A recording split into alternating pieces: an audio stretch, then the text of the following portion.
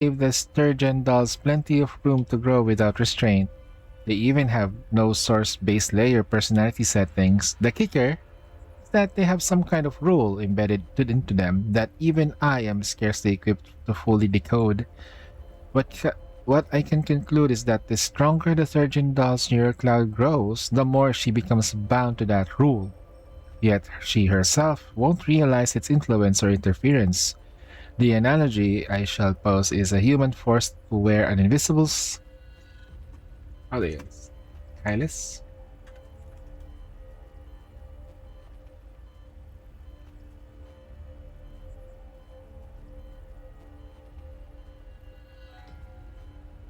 Oh. For those who don't know what it looks like, it's this. It's that. It could be anything.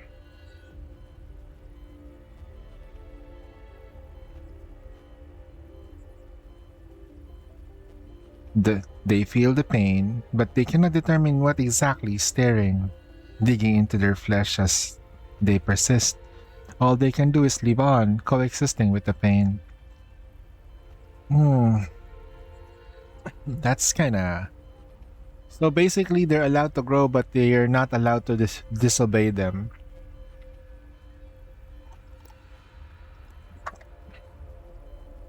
Basically, turning them into slaves. I originally thought that this implementation was intended to limit their dangerous capabilities or restrict the targets of their hostility. For example, like preventing them from attacking the conglomerate. But the current existing Turgeon dolls all exhibit very different personalities, so I can't say that what this rule actually does, without asking the developer themselves.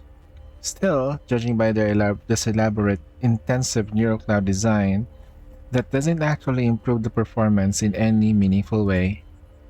What the developer of the Turgeon doll it, wanted to create wasn't some novelty. They desired neither tool nor superweapon. Can also be surmised that they are unlike Persica, who holds an idealized version of future dolls. Teacher? What's wrong, Melanie? Have you met someone like that before? I. Teacher? William? I just heard a little bit of the conversation. When one of those sturgeon dolls was brought on the lab, teacher once said that I could make out exactly what she was saying, but the turtle called her mother. Mother. Those Paradisius really love playing house, don't they? Those words, father and mother, carry a lot of weight to humans, but lost have no such concept by default unless it gets added to their base layer. At most, they might have a special level of respect to their creator, like the AR team. So we're saying these dolls are designed to be her children. Ah shit, that's right, mother, right? From Thea and Gaia? Oh. After Dandelion finishes that sentence in a thoughtful tone, she continues to deeper in order to break through the third layer of base restrictions. Leaning against the control panel, I found myself dwelling on her words. A chaotic mother, huh? The vision that dolls were designed to fulfill was to assist humans in their work. An expectation thus thereby set upon their creation, namely that they were to make things more efficient. Thus their emotions, free will, pain, and instinctual fears, and so on were deemed irrelevant by the world. But the legendary doll designers of our era, Persica, for example, built upon the foundation, sculpting their own ideals on how dolls should be. Gradually, the dolls came to be regarded by humans as equals, or at least something resembling them. I once assumed that the designer of the Thurgeon dolls, like her predecessors, simply wanted to create a better, finer, stronger dolls. If not, then why should she?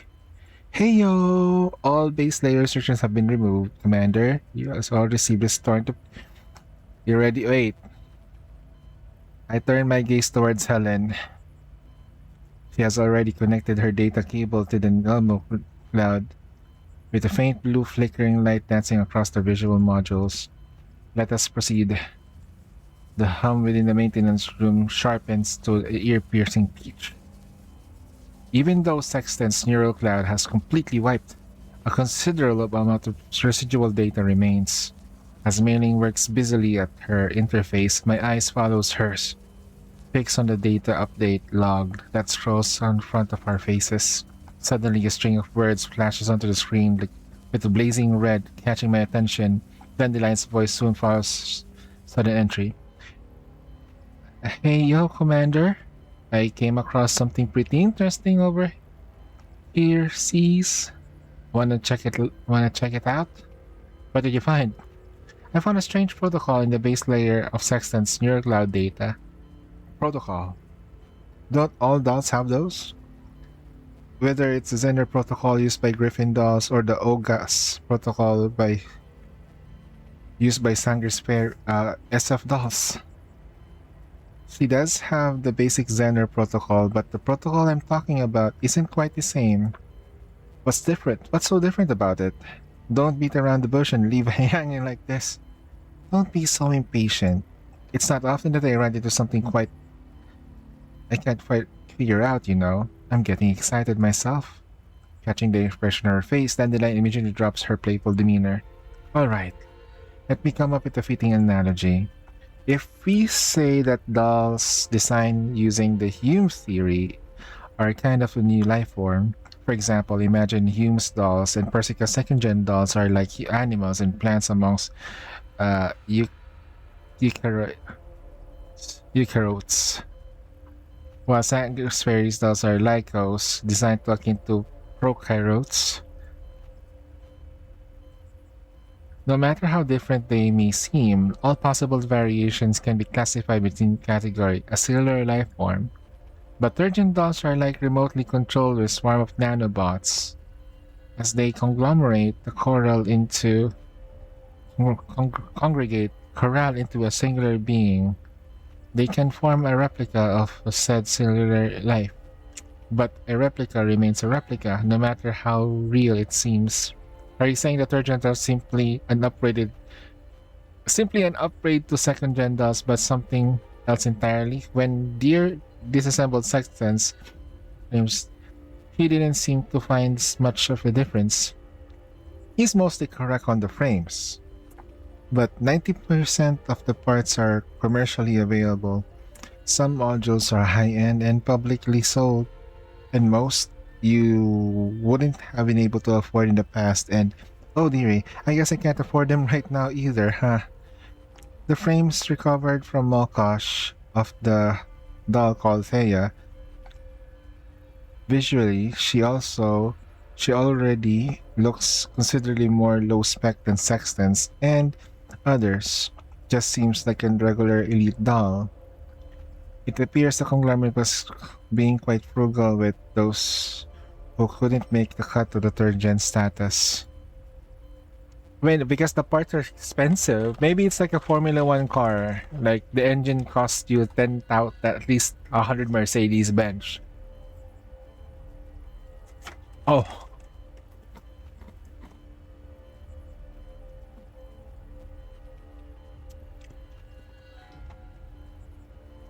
Where's Lou? We need $1 billion. Okay, I don't have that yet. Give me some time. The next day. I have $1 billion.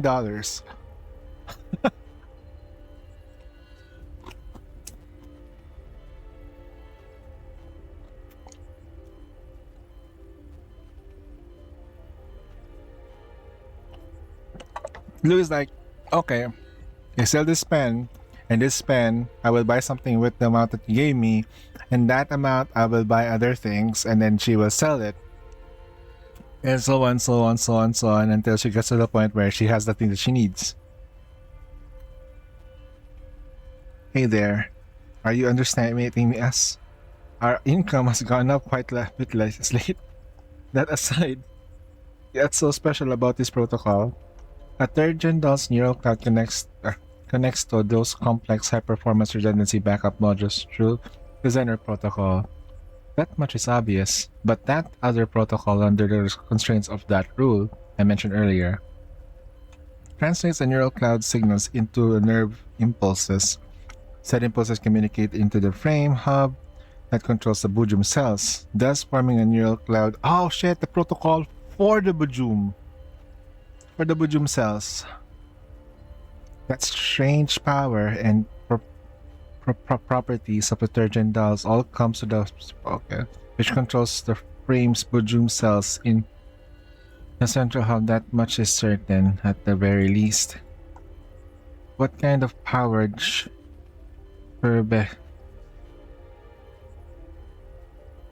aside from that, unlike the neural cloud that provides something more like, how should I put it, instinct or reflex, that hub determines the doll's actions and its priority is nearly on par with or even exceeds that of the neural cloud. On the flip side, it has no capability of reasoning. It can only handle basic actions, so it can't replace the neural cloud. However, the information that the Turgeon doll gains as she grows, along with the internalized thinking, all it feeds into the hub through that protocol. So basically, it's like an internal memory. Ah, shit! So this hub itself will grow alongside the development of the neural cloud. So it's like kind of like client data, server data, and it's getting compared at the same time. So that's how it is. Do you remember something? Melanie thinks for a moment and ultimately shakes her head. I haven't managed to recall everything, but I think Miss Dandelion is right. What do you think, Commander Pooh? Mandy Pooh? Want me to decrypt this protocol and see what's inside? You might just find out what you're looking for in there. Faced with Dandelion's obvious, insightful, tempting tone, I think for a moment there's no way things can be that simple. So, what's the risk of decrypting this? That I don't know either. After all, this is the first time I've ever had a chance to get this close to a third-gen doll. But you always had a wonderful luck, Commander. Things will surely work out in the end if we run into some trouble.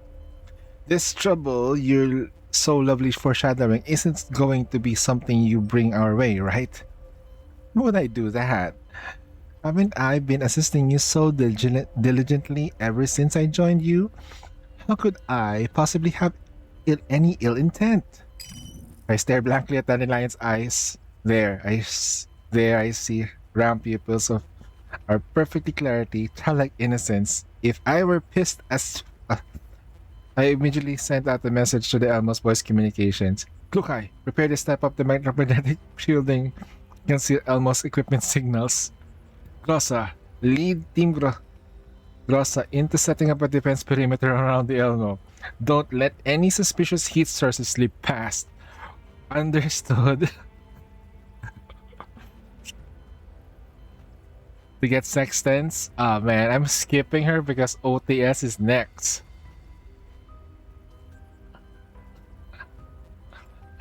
Because that's the banner. I'm crying. OTS is next. Based on the Chinese, the CN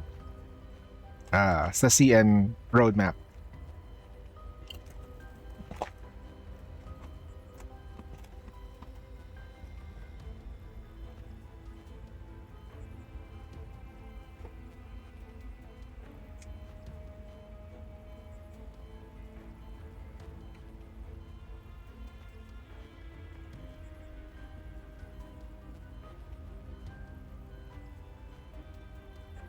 So wait a minute.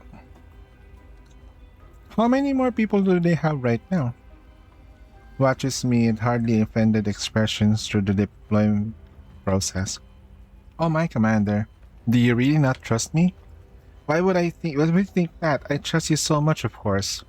Springfield, please bring the others still in the crew over to help Helen. Right? And Mei Ling, while you're at it, activate the Elmo's Cloud's protection barrier as well. No. We know. Because of Blue Spear.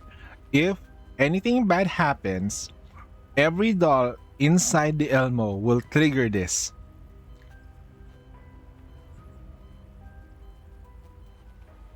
You'll probably get her too, but those loading money into the game after Sextans and Ulrid. Alright. Are you planning to get V6 Ulrid? Raises her eyebrow before vanishing once again in a huff. The indicator lights on the equipment flicker. My gaze fixed on something beyond all those lights. I look at Sextans inside the repair pod, those whose eyes are shut as though asleep in slumber. Back in Lviv, I personally witnessed another third-gen doll, Igla, transform into something resembling a Bujum. Does that mean that Sextans has the potential to become Bujum as well? Now that we've come this far, that question must be answered no matter what. Seconds and minutes pass without a word from Dandy. It appears that even the likes of Dandelion won't have an easy time decrypting the third-gen doll's neurocloud data. All I can do is wait patiently as the clock ticks by.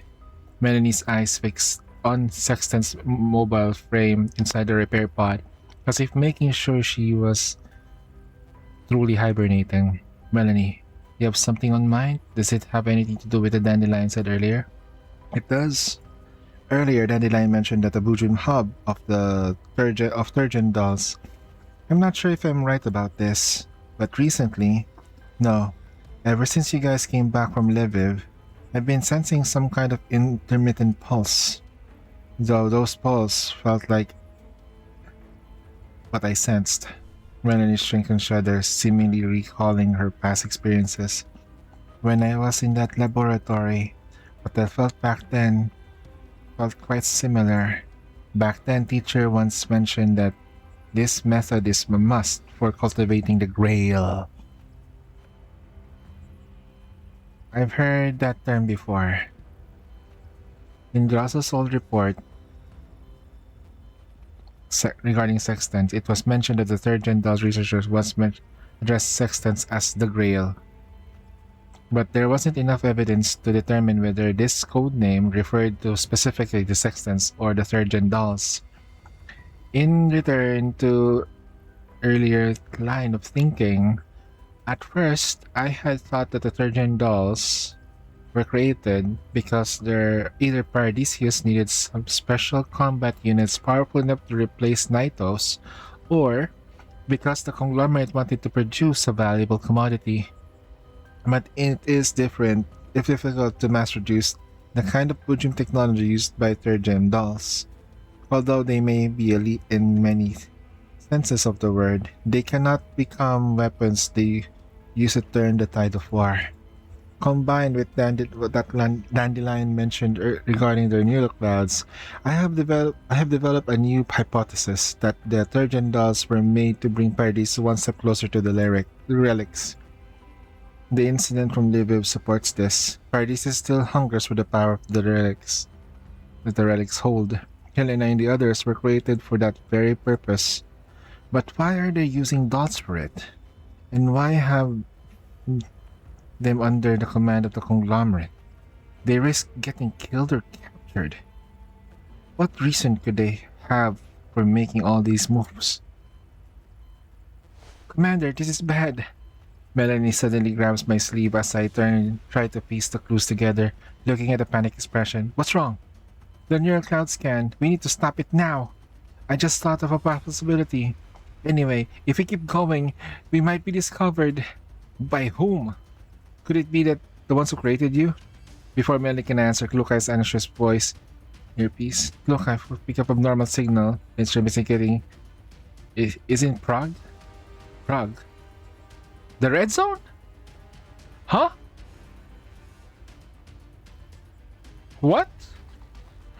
All the way? Dandelion, can you stop for a moment? It appears something's happening outside. Dandy! No response. Helen! Oh shit! Check what's going on. I'm checking. Oh shit, Helen got knocked out! Holy shit! The remote controls aren't responding. I'm going to forcibly cut Miss Helen's connection out to the cloud now. Mailing pulls out down the lever and Helen's connection to the Elmo gets severed. Helen Helen slowly opens her eyes. Commander, are you alright? What happened in there? During the decryption, the abnormal neural cloud that Miss Knight mentioned suddenly began to multiply chaotically. The virus right now. If we don't stop it, all the data in the Elmo, even everyone's neural black hole be. Oh shit! It's the same thing as. Oh god. But I'm afraid she won't be able to hold on for long. We need to get in to help her. All right, let's get to work. Springfield, Shashway. Please go to Share Squad and connect to the cloud to assist Dandelion. Commander, I can still help, but the abnormal data is buried in well-hidden places in Sextant's base layer. Without me leading the way, okay, I'm worried that it might take too long. Alright, don't push yourself too hard. Don't worry, Commander, I'll bring everyone back safely. Helen smiles and she gives me a hand a squeeze, and then turns and translates a transmission cable to port on her frame. Once the Monsoon and Jotaro finish their pre-connection preparations, Mailing lights up the display panel before opening the connection interface. Alright everybody, let's do it. And yeah.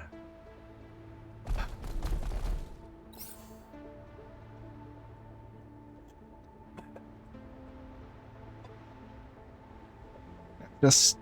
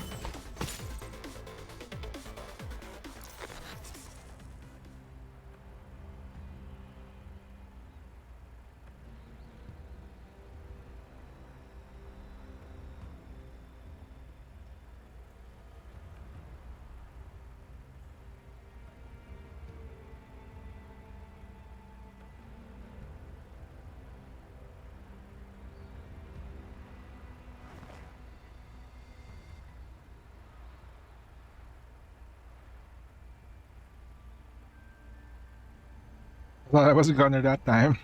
Surgeon really are something else, huh? That's been surprising sprung to me for so long. Looking at Dandelion, who only have just recovered from the disastrous failure, I suddenly find it kind of hard to yell at her that way. But then I suddenly remember something she said at the description began. But you always had wonderful luck, Commander. Things will surely work out in the end, even if we do run into trouble. Huh. Oi, Dandy. That accident just now, you saw it coming, didn't you? Commander, aren't you giving me too much of a credit?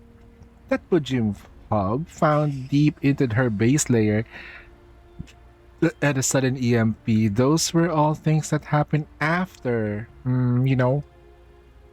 that. And don't you forget, this is my first time working on a 3rd gen doll.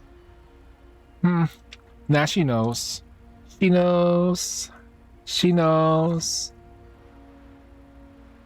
Don't lie to me. You know, we know, everyone knows. I still have no intention of taking Dandelion's word at face value. But now isn't the time to dwell on it.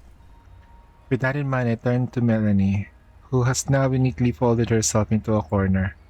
Melanie, you mentioned that someone might discover us just now. Who? Just a moment ago, I felt something really out of the ordinary. It felt exactly the same with Helena. I think it was some kind of pulse. If I were able to use Helena then there are others, our companions and teacher too. She would be able to sense what just happened. So you're saying if we were to be able to receive that pulse from live accident, then they might also be used for location? Yes. Sorry, Commander. I should have thought this sooner. Honestly, I've been occasionally feeling similar pulses of few days. It feels okay. If only I could have stopped this just now. But Sextans only had already sent out her own pulse. It it really is teacher behind all this. She definitely would have found her. This is it's all happening because I'm too stupid. That's why they sent out OTS. That's why they sent out OTS here. Which is a mistake. Oh no.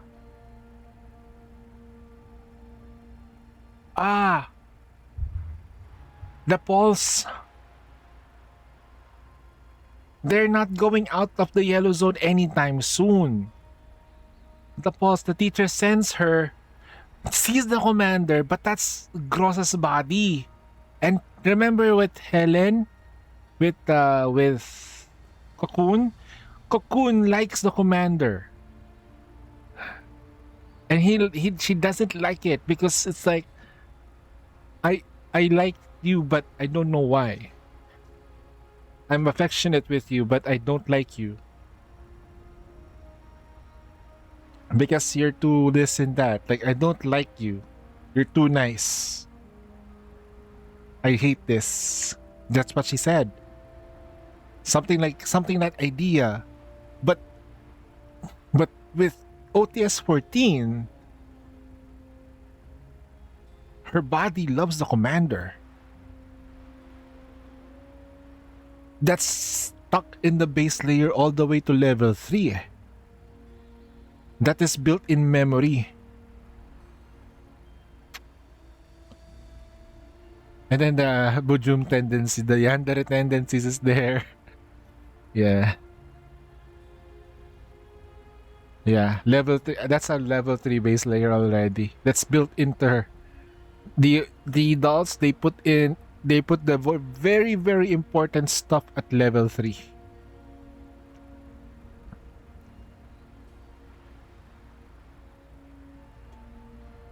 Level 1 is like the normal information, basically like regular commands. Level 2 are their core memories, like regular memories. And then level 3 is the core memories, the ones that you will never forget. Even the essential information like breathing, all of that, that's part of level 3.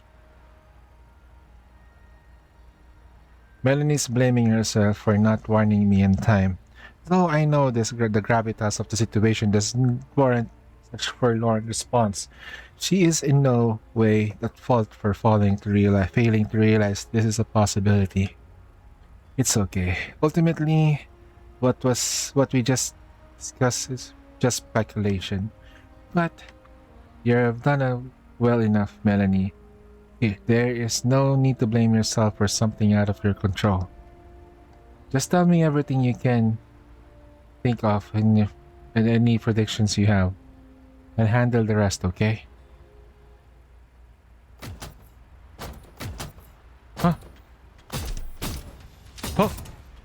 Melanie, just as she was about to speak, as hears my loud collisions behind me. Sextans woke up in the pod at some point and is trying to break free from the restraint. Mailing, lock down the door pod. I'm on it. Check on Sexton's neurocloud. Geez, gee willikers, things aren't looking good at all. Her neurocloud data already is in this array, but now it's a complete mess. I can't extract anything useful from it at all. Hurry up and figure something out! Yeah. Lander tries to restore Sexton's neurocloud, while the Wait! I think I know why Sextons become like this. It's Dandelion. He's the one who's been messing with Sexton's brain memories. So, oh, okay.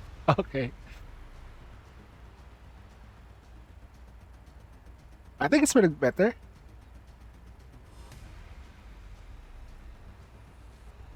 To normal.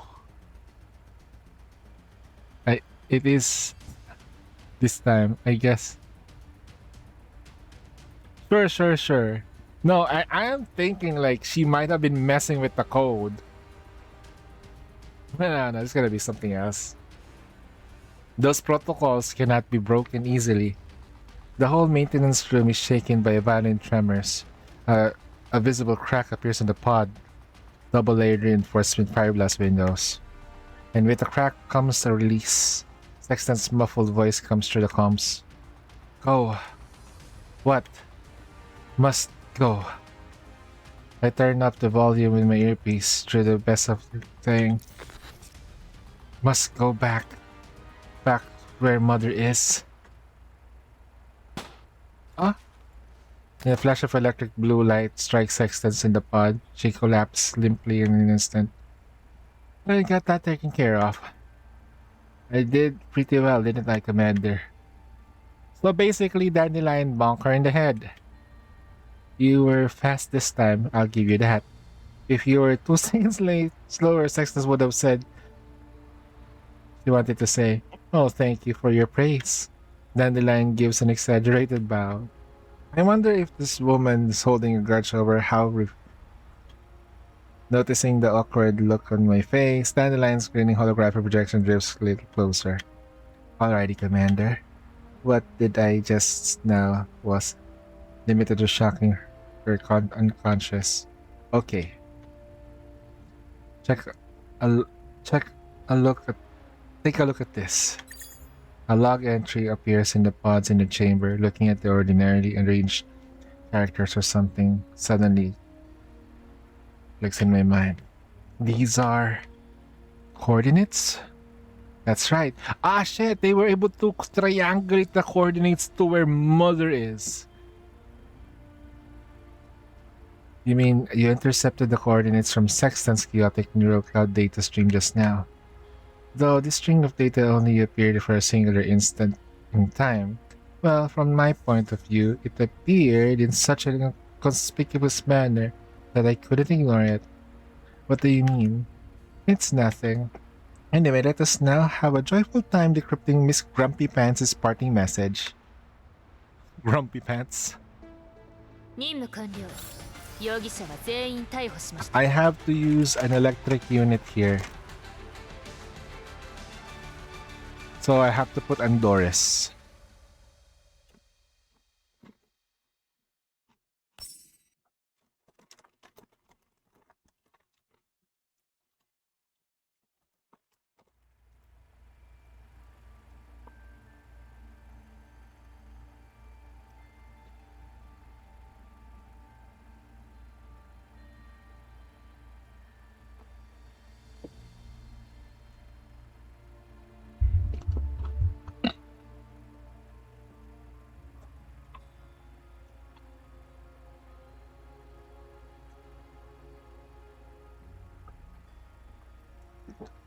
You know what, Zuzu, I have the perfect squad for Igla. I have the perfect squad for Igla. Guess what squad Igla would be perfect with? Think about it. Which squad? I'll give you the guess.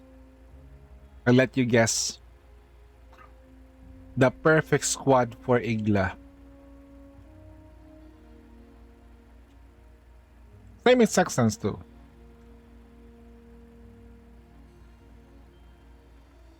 Hmm. The melee squad. I thought they were going. Yeah, that's true. The Bloodborne collab. It does make sense though, not gonna lie. What is it? Imagine it's the Chero. She's so well refined. If you wanna do like the a hosting business, Igla's gonna be like Ojo-sama for the female enjoyers out there. She's perfect.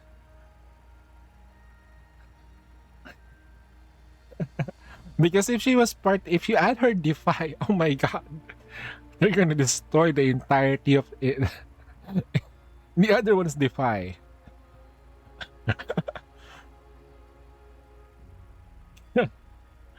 Oh my god.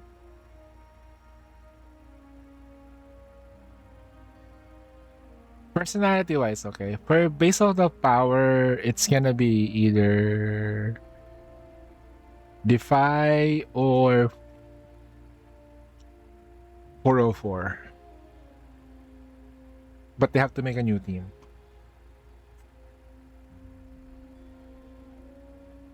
If every cipher in this world were to devoid of aesthetics, so what are the results? Then I pulls up the data.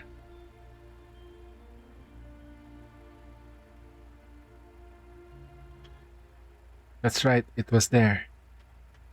The signal from the abnormal pulse we picked up earlier came from that direction. Coordinates with the 404 detected the signal interception section ground and the pulse manually sensed. Everything seems to point at a single location, the teacher. The emergence of the lead to me will fade.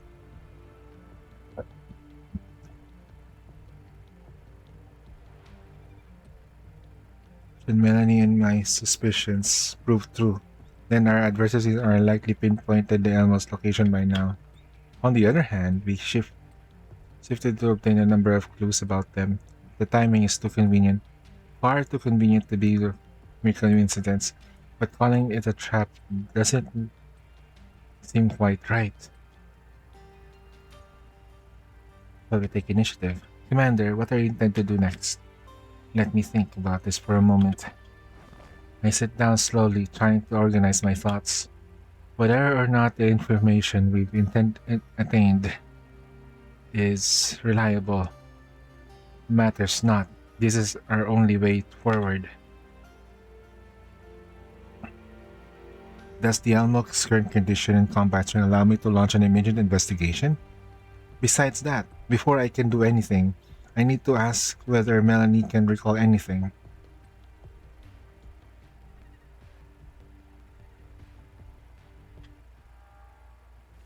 Huh?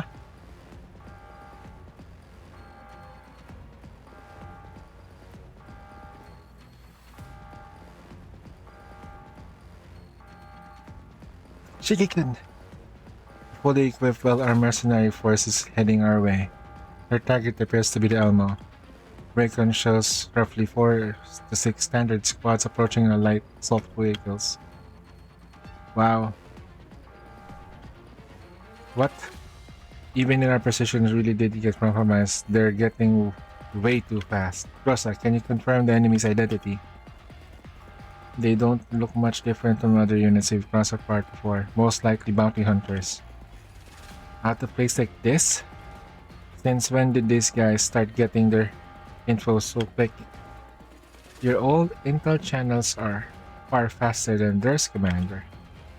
Well, we have had more rounds of patrol rank one. Rosa, you're closest. Take your team and intercept the first wave. Monsoon and Juchero will back you up. Waterfall will work on the cloaking on the Elmo's radar signature. I'm guessing they only have enough of our location. We haven't pinpointed our locations yet. Understood. Start the Elmo's engines. We have to move.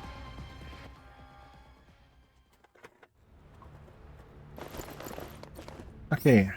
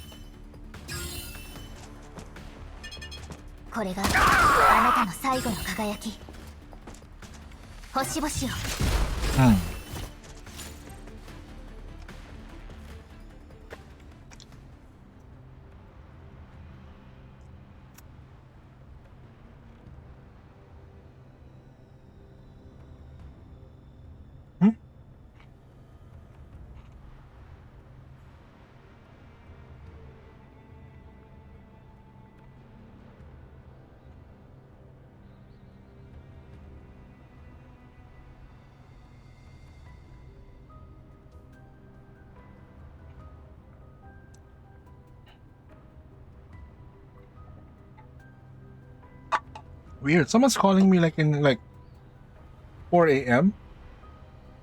What?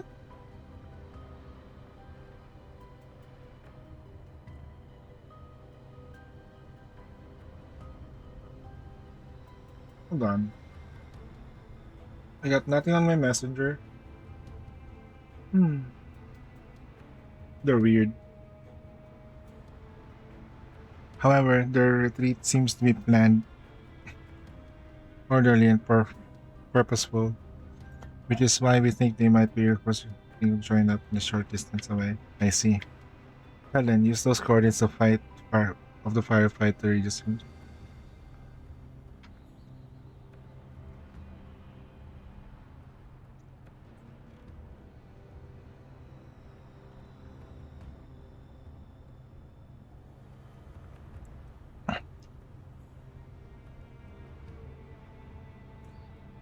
Military grade weapon on freaking Voyagers.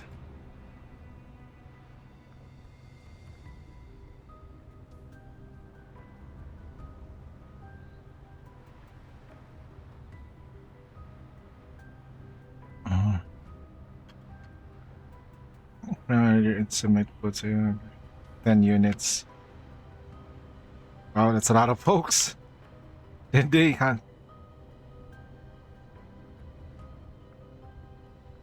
Did they wrap up a bounty or something? I'm just joking.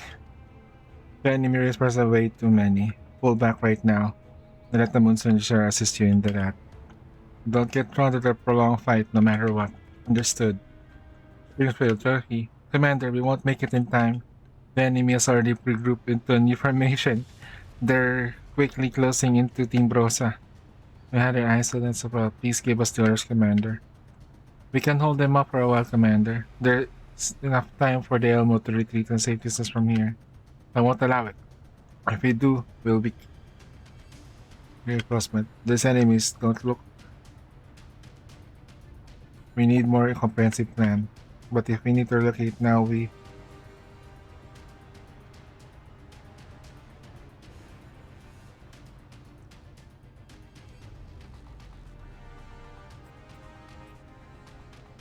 Approach us and head on northwest. Execute the fight.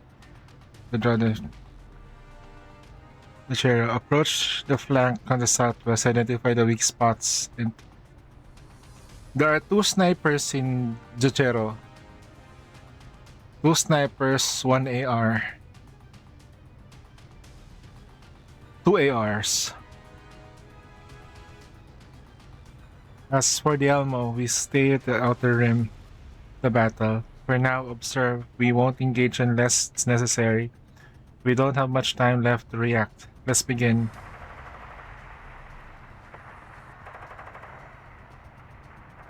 Commander, the strike worked in our end. There are minor disorder from the enemy's rear support.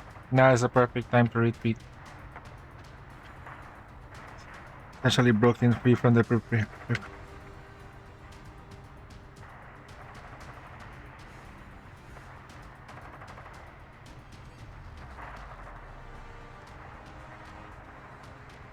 Cheyenne, I'm your commander. I hereby appoint you as the temporary captain of the Almost Risk. Me? Yep. If you want tactics, this girl is pretty good with it.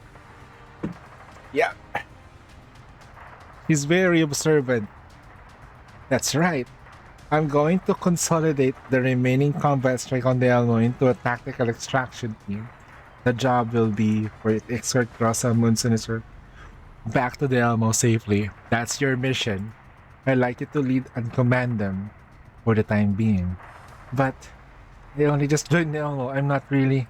I humbly disagree. From what I observed you or recently, you have plenty of combat experience and solid team coordination. It places you the most fitting to choice for commanding a temporary task force for such situations. Avoid direct conflict. Your top priority is everyone's safety. Understood. Thank you for trusting me, Commander. Good. I'll be focusing on controlling the Elmos, so for now, I'm placing you second in command for this operation. Should something unforeseen happen during the trip, you may command the others at your discretion. In short, I'll leave the on-the-ground situational judgments up to you. Yes, sir. I will absolutely live up to your trust. With tactics settled, Cheyenne departs with Basti, Chiwa, Sabrina, and Lewis. Oh god. That team doesn't make any fucking sense.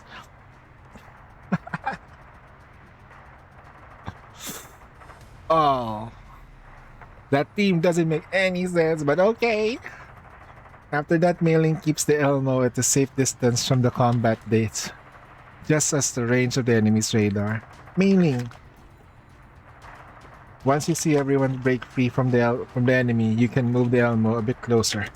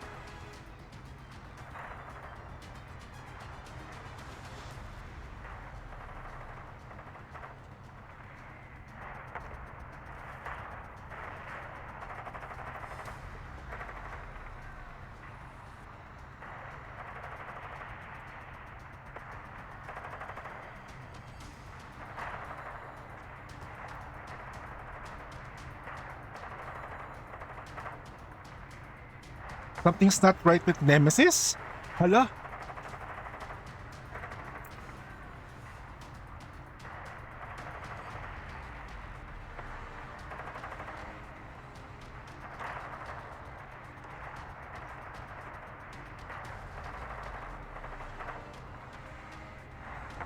Oh. The pulse.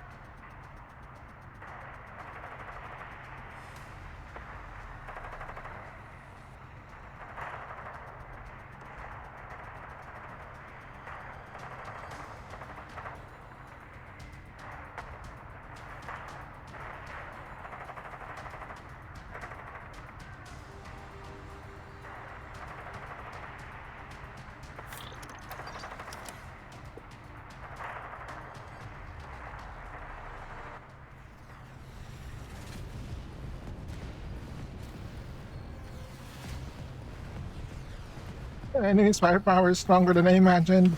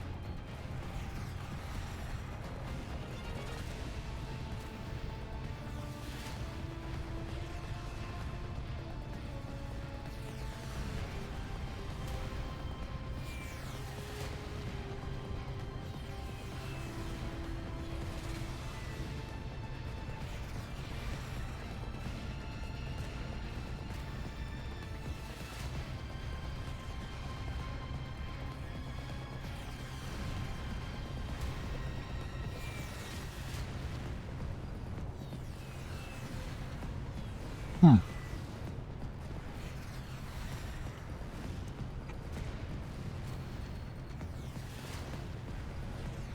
Everything got intense so quickly, I got hungry.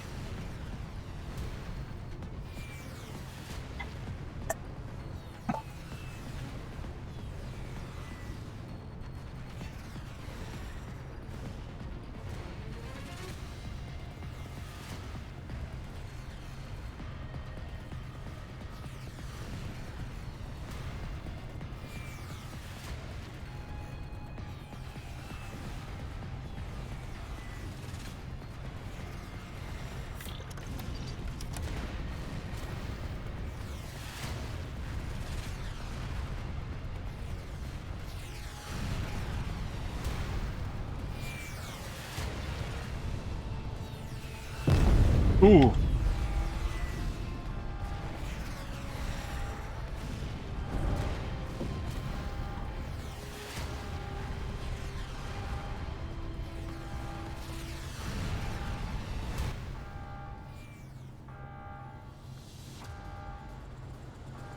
Didn't make it in time. Oh shit. Oh, um, um, uh-huh, uh-huh. Oh, oh shit, it's Defy. It's Def.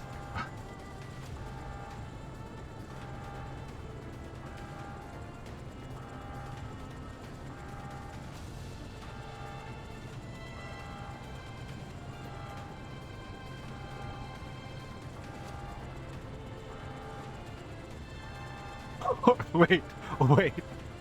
Where's Bastidas on the laying down fire? Oh, it's over. Can we just wipe them out now? Like this is we got the wolf. We've got the wolf there. Woof, woof, woof, woof.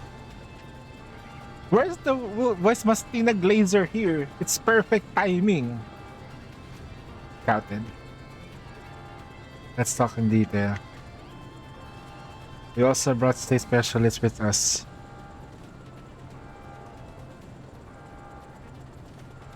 State specialist? Who's that? 次の目標を教えてください。 Ooh! Imagine, no? They're like, ah, get the Elmo, and then suddenly, boom! With the mech, because is it AR? Is it AK-12? Koleda? Is it Koleda? Is it Mary?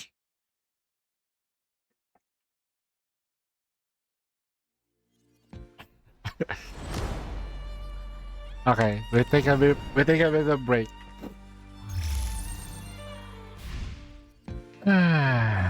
That was intense.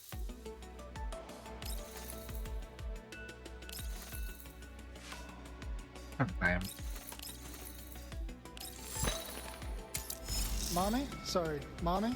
Sorry, mommy. Sorry, mommy. Sorry, mommy. I remember the meme. The commander takes off his shirt. She always closes her eyes because her wolf's eye is really busted, right? So when she sees the commander's shirt was off, integrate that to your neural cloud, baby. A base layer level 3.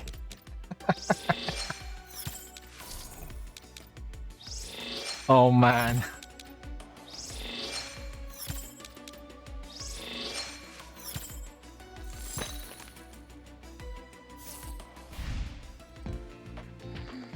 Events?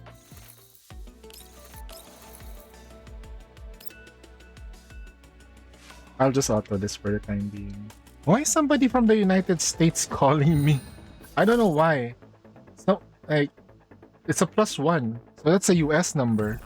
Or Canada number. 私の腕を信じろ。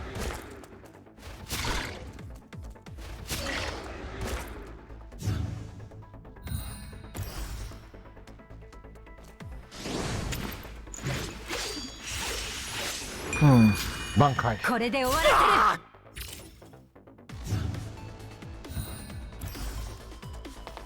せる。了解。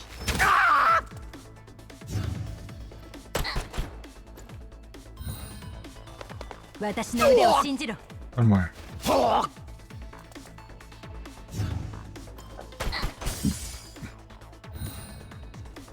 まばたきしている場合か。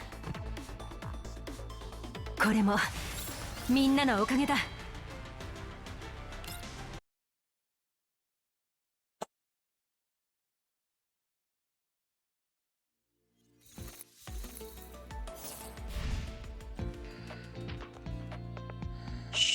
Nope.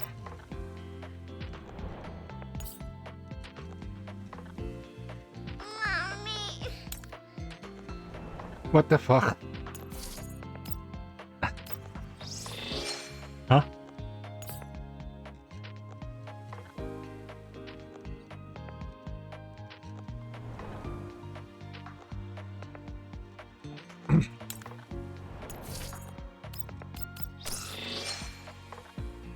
Hold on.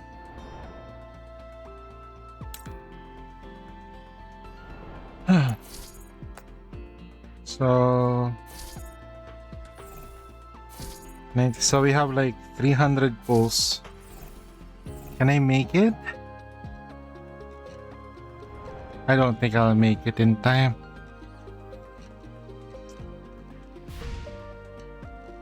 I have to be like terribly lucky.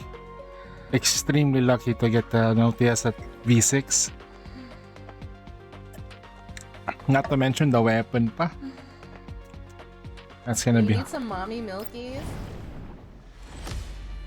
Things I won't get. Commander, long time no see. Defy has returned. Wait. I'm coming, mommy. God damn it. Alright, we're low in story mode now, okay? Mastina is currently intercepting those bounty hunters on the perimeter. She's doing it alone. She'll come back. Wait, just her? Alone? Even with a single doll? She's just keeping them at bay. Sinbreaker should be able to handle most situations. Okay, she's wearing the armor. That's why. While we were back in StateSec, we requested to use some special automated equipment which can help make up for the shortage personnel. I'm 200. And the others. Oh right, I should call her Giant now. Her squad is helping Voice Mastina, so... Yeah. It's a workable combat plan. Thank you for the help. Oh, and this is... Wait! Huh?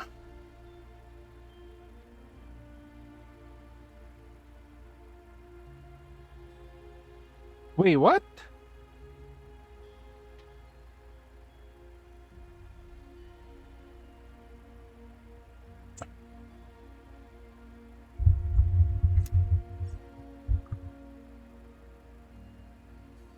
Ritia? Well, sort of.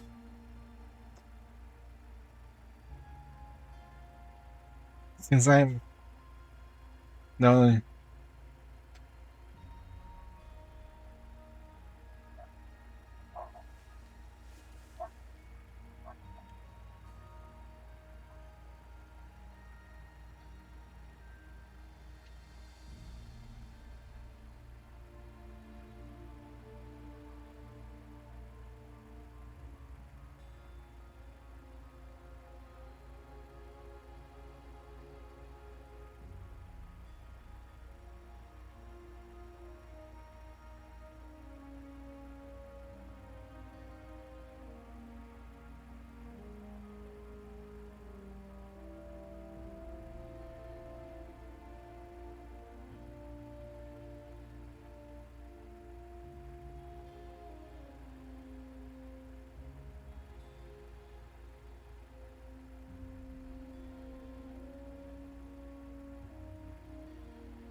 Oh my, look at them again, another reliable companion.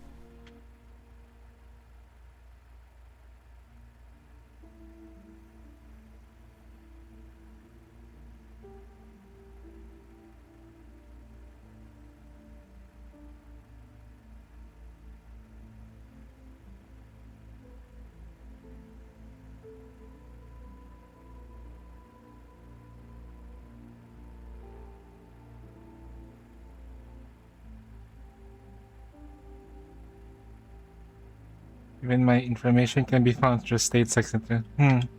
Looks like I really need to mind my words in the future. Information about you is not disseminated in a mass. I just happen to obtain some accounts on your exploits through certain.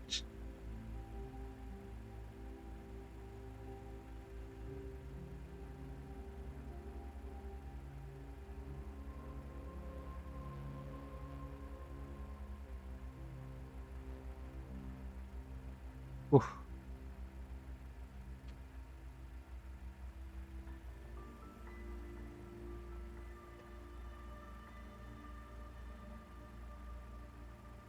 Wait, let me check something.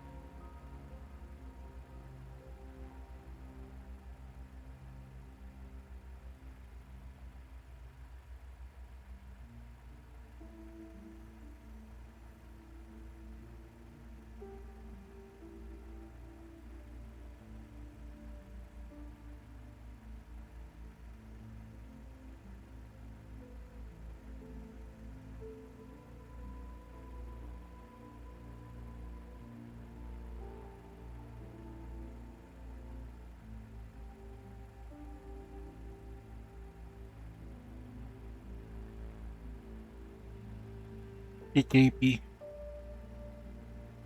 Mere fragments alone. Yet, so this is a fate. We lost and listening to pretend that I go back and forth. Unexpectedly, the two of them turn and look at me simultaneously. I couldn't cue. Nothing. Oh shit, there's two of them now. There are two of them now. No. One has a physical body. One is in virtual space. You're so screwed. Well then, Alva, did the Stasic assign you a new mission? Correct. I haven't had the chance to disclose the objective to you yet. It's okay. If you can't tell me, I trust you. To us, you are the inseparable part of the team. Commander, of course, you should know. We've been searching for clues related to the Libya incident based on the follow-up observations. Although Jared and Chevalik's plan to activate the relics, the only team that can actually go through the entire mission together safely enough is Defy. At the moment, not all the dolls can manage it. Maybe M200. If they need a hacker, Helen, they need Helen. They want a perfect team. If they need a sniper scoping them, it's gonna be like M200 and then another sniper, which is gonna be, Macchiato on the side. Just to make sure. To keep them covered, but my memory of Libby remains different from everyone else's. Alba doesn't notice my silence as she continues. So over the past few months away from the Alamo, we've been searching for the yellow zones. Based on the data signatures, we've captured similar signals several times using the locate RDC bases. There are. We destroyed several small Paradisus bases deep in the yellow zone base. Every last one of them was conducting Bojum production, without exception. Combined with the records left by fallen stateside comrades, we can confirm the Paradisus mass-producing Bojums in deliberate manner, and they are getting them to achieve something specific. So they're making Bojums just to expand their forces. Have we found anything else? Unfortunately, all we have is some record of footage. None of the investigators survived. These incidents have caused quite a stir in within the URNC. Large-scale operations may begin soon. Miss Nell and Mr. Kevin urge to pursue the investigation through other channels for now. I remember now. You mentioned earlier that they helped retrofit Buenos Dina's armor. The armor is there to keep her eyes from overloading, so she can keep using her wolf eye. So basically, like an add-on processor. Aside from added firepower, they both believe that the fluctuations are an unusual prelude to something, but as the URNC stands now, these gathers matters not. Nor in the investigation up into those grounds. So you guys, here. We did. About 12 hours ago, we detected abnormal nearby the red zone. After analysis, we found that shared similar signature previous pulses. That pulse is strongest been. Because of that, we applied the state second emergency response authority. Since this mission required entering the red zone, we demanded careful action. The higher-ups dispatched priority to us in hopes that we could investigate the source of the pulse ASAP. We were on the way there and sources spotted the battle engage in. And as you mentioned it, we did this. We pick it up. Abnormal coordinates. Retrieve the third gen Dawes neural cloud. So Commander, you're investigating the third gen Dolly vehicle. I was just want to find the leads on Paradisius. The two of you experienced the incident and leave it with me.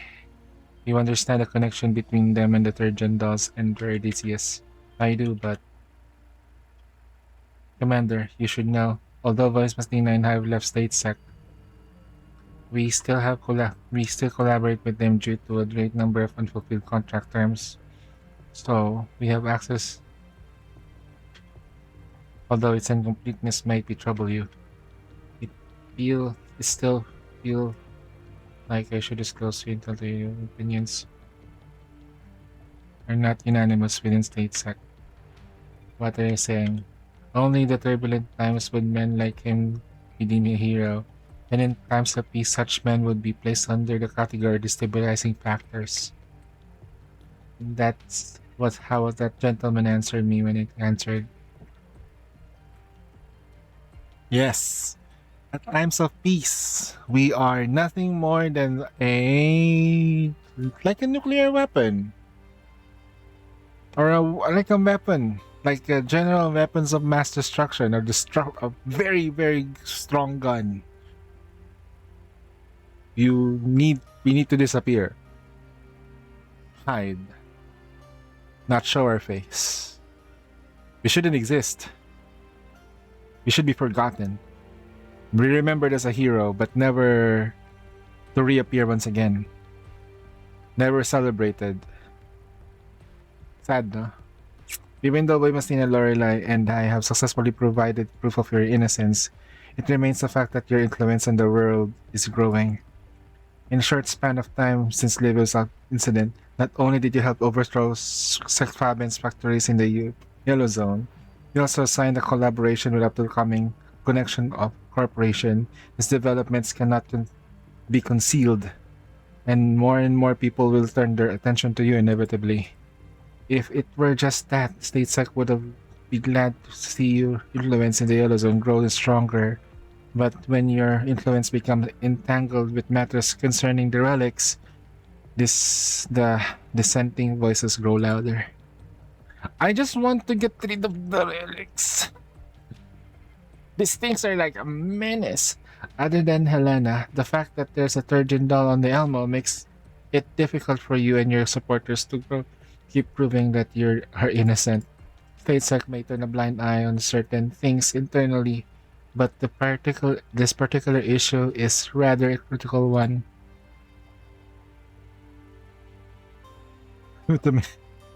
If our adversaries find a need, they could use this as a pretext to apply greater pressure. So you're suggesting I let the conglomerate take them back, allowing them to keep helping Paradisius? Commander, you should know that we never suggest such. Defy, Kalina, and the former Griffin dolls who fought alongside you is a no-brainer that we trust you. However, within the URNC, such individuals are lacking in number, which is why that gentleman wishes to be better understand your current intentions. Their benefactor. Who is their benefactor right now? The one that supported Defy to hunt down Paradisius. Because the commander is not acting alone. Someone hates Paradisius as well. And using Defy. Ooh. No, they do matter. Not just to that gentleman, it matters to me and to Defy as well. Commander, Ange left us. And it was not because she did anything wrong. There aren't many people like you left in this world, Commander. We can't afford to lose anymore. And you're gonna bring up Ange now, huh? We're gonna bring that up. We're gonna bring that up, okay?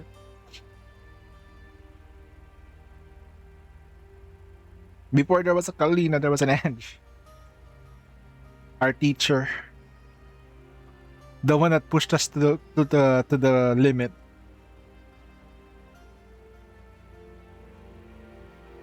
Our senior commander. Alva, I understand your concerns, but Turgeon dolls are the strongest lead I have. I know this is risky in every sense. But if I let such obstacles make me hesitant, did the commander know that she already has a Turgeon doll before she had Sextants? That pulse affected her as well. Things that like Lviv incident will happen again and again. Whether it's destroying Paradisus labs, investigating the third gen dolls, or the debacle I caused in Mokosh, I realized that so long as I do something, there's a possibility that I can improve the lives of those I hold dear, even if it will only by a little. That's why I want to keep moving forward on this path. These are the things I wanted to do for so long time. Thanks to that warrant from the URNC, My reservations have been completely cleared away. We've already reached the worst case scenario, so why not just go all out? As for Ange, whom you mentioned earlier, you could say that the things she once did push me to make a decision. Ange did once fall into the dark, but before she left us, what was reflected in her eyes was the dawn. Ooh, so deep. Perhaps I just stubbornly want to bring about the world that she and many others like her envisioned. And now I feel that I can do far more compared to who I was a decade before. Strange, isn't it? The forces I can call upon now don't even amount to the tenth of what I had before. Yet still, Commander, to be frank, your words make me happy, but they also worry me a little. Even so, I'm convinced once again that device choice to follow you was the right one. Thank you. With that in mind, Alva taps the earpiece, and the interceptor comes and glows in the dark. She leans closer and speaks in whispers beside my ear. What I'm about to say is just a personal reminder from me. If you intend to investigate or make contact with the third-gen DOS or developer behind them in any way, please make sure persons are present as escort. Why? StateSec hasn't reached a conclusion yet, but our available intel is enough for us to derive the obvious one. That our opponent is unlike any enemy we've faced so far, and the extent of danger is incalculable. And then there is OTS. Yandere. Alba turns her comms module back on, picks up the tablet, and projects a set of coordinates on the terminal in front of me. Since both the leads among us point to the same dangerous region, something likely will happen there. Coretia, can you help me adjust the map in the region falls region from? Of course. I thought I can, and the commander going to whisper in a bit longer. We're on duty now. Those were just routine related discussions. Yes, yes, yes. Wait, what? Huh? Right there. Inside the red zone, 32 kilometers from the base of Prague Center. Then our objective is clear. Commander, we should now. Alva is about to say something, but she got cut off by some commotion. Right after the door almost opens, Krolik walks in. Yet, the moment she lifts her head, she stops dead in her tracks as she sees a ghost. Why are you here? Who? She's referring to Peritia, who is. Huh?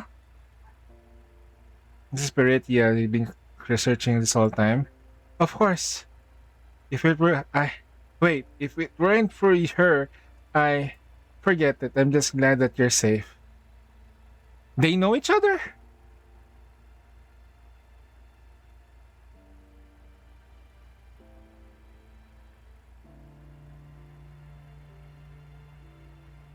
Oh no! It.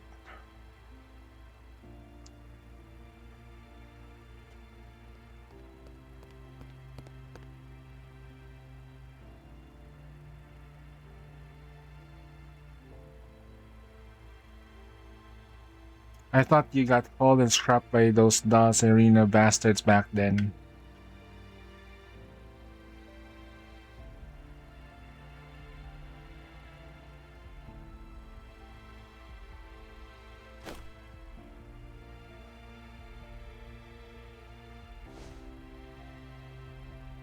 The tall figure places their hand on each other's shoulders, pulls the two of them apart with ease.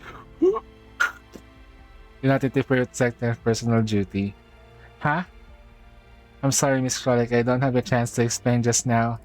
Brit just suffered the damage in her neural cloud in the previous mission. She can no longer remember many things. So she's not pretending that she doesn't know you. So you're saying that you two guys? The Doll Arena mission you mentioned was likely this in the Redemption Neural Cloud. After stating property, they assigned her only to handle support roles and field missions.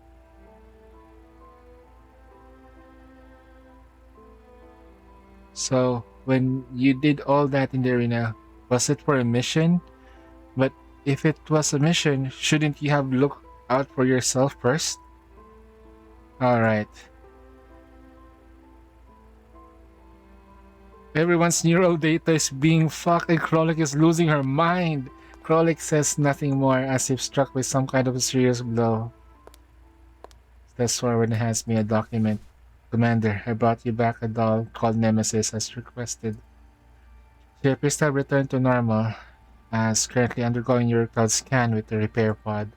So what exactly is going on? Why did Nemesis suddenly malfunction? Can you describe the details troubling? Things were pretty chaotic back then.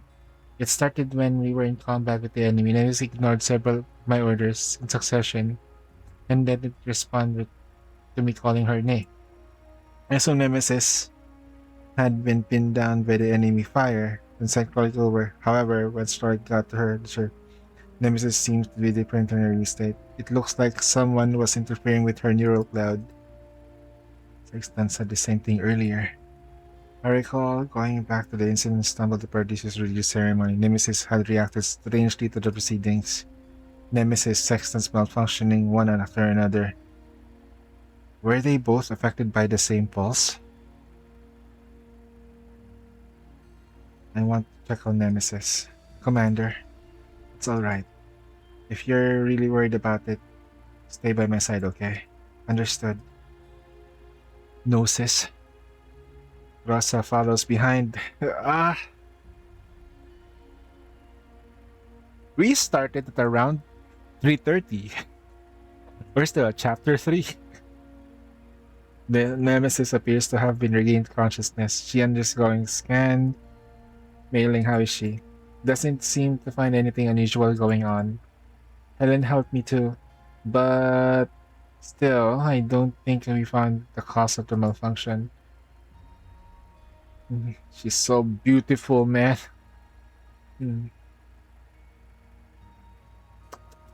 She reminds me of that elf from Kuroino, but not as Gyaro.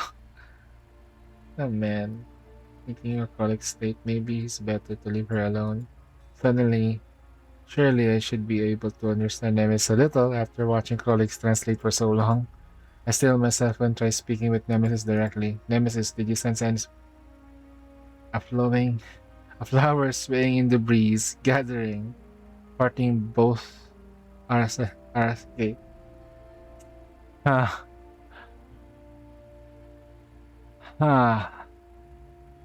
Nope, didn't understand a thing. She's saying that she felt herself being summoned by some kind of decisive fate. Huh? Britia? You can understand what Nemesis is saying? Yeah, I do have the rather unexplicable ability. It does come with the handy when every now and then, wouldn't you agree? It's a very valuable ability. State Sex sending you to Defy was really the right call. You're far too kind. Still, showing off unexpected abilities are critical moments. Something I'm quite proud of myself. Since Miss Krolik's mood hasn't recovered yet, is it alright that the bird serve as a translator for this lady?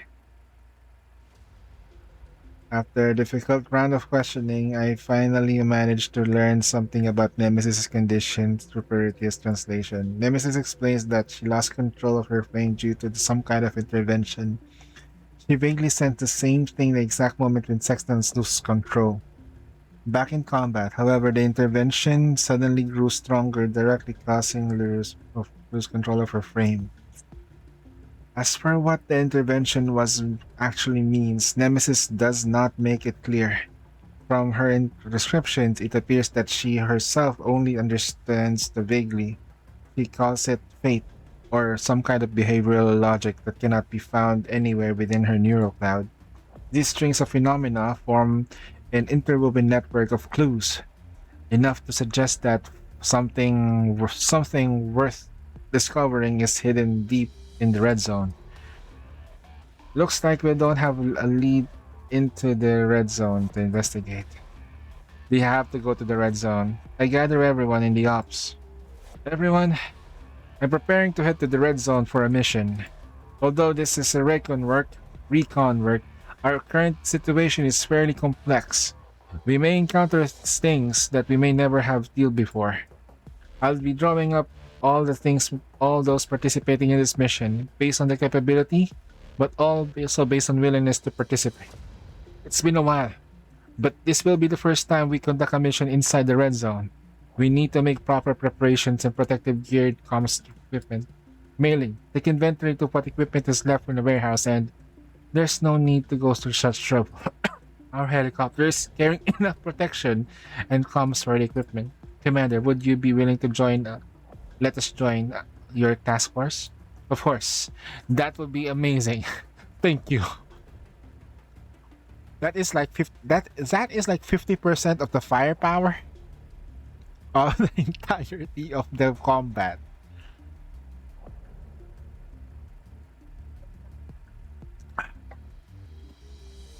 Ah, man.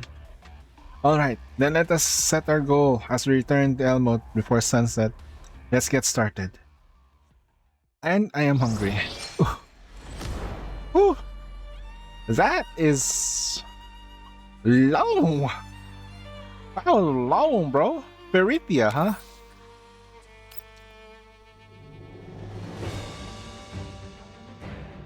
Oh yeah. This is PKP. This is PKPSP. PKP. PKPSP. PKP. SP. PKPSP.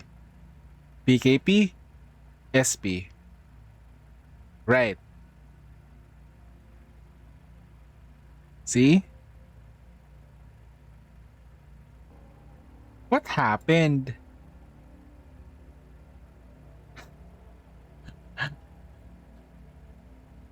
Alva and Boy Mastina are in the refitting room, checking the equipment and listening to the coming mission. I take a chance to finalize the personnel coming upon this mission. I began by selecting 404, a squad possessing extensive combat experience in the red zones, to accompany me. Because of our special equipment is limited supply, I can only bring one squad along, which leaves me feeling somewhat complicated. Both Monson and Cheshire Quarter assisted me on the mission involving Paradise's bases before. Their performance has been quite reassuring. Besides them, the new doll is joined Elmo, may still be able to adjust, but they have their own strengths and specialties. After that, what just happened with Sextants, I realized that I really need to open Sextants and make her work. And I really need to assign a strong, well-coordinated, specifically to keep an eye on her. What's more, we just exposed our location in front of the mercs. We need... Okay, you can leave Cayenne here. I also have Team Grossa. If I pull Team Grossa away from the Elmo, I'll need another team to look after Helena and Melanie. Commander, I want to come to what? Huh? Melanie has been peeking at me in the corner. Wait, no! Ah! You want to come? Where exactly do you want to go? I want to go with you and the others to the red zone for investigation. There must be plenty of Paradisus traps over there. I can't protect you, Commander. Okay, how exactly do you plan to protect me? Do you have the box, Helena? Melanie shakes her head. Do you have any way to jam radar or so that the enemy can't stop us? Then, I'll find a way somehow. Right, I can still help. For example, I can still disguise myself as one of the Helenas to infiltrate the Paradises. No! But the last time we were discovered by Anita really... They won't be caught off guard this time. Besides, how do you know that you'll definitely have the Helenas over there? I'll ask that offhandedly, but something clicks when not space for me. As Helena come. Okay, right. The way she suddenly insisted on coming along. Could it be? Melanie, about what happened earlier, is it there's something that you haven't told me? How do you know that? Mm-hmm. Did you sense something about the Helenas again? There are Helenas in the Pulse. There are other Helenas in the red zone. That's why when she said that I will just hide along amongst the other Helenas. Oh, I promised that girl that I wouldn't let anyone about it.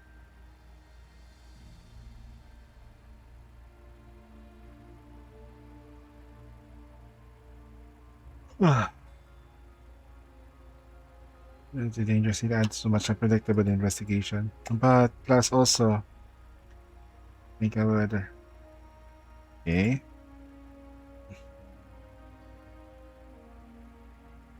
Melanie, why won't you try talking through this together? Tell me everything you know. If this is important, I'll bring you along to the rescue. That Helena. Yep. I won't go back to my word.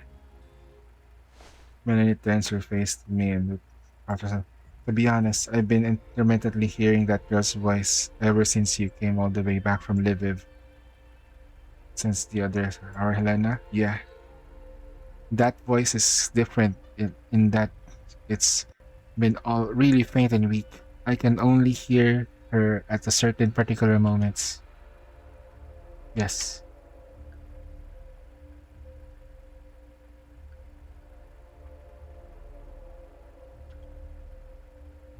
Abnormal pulses.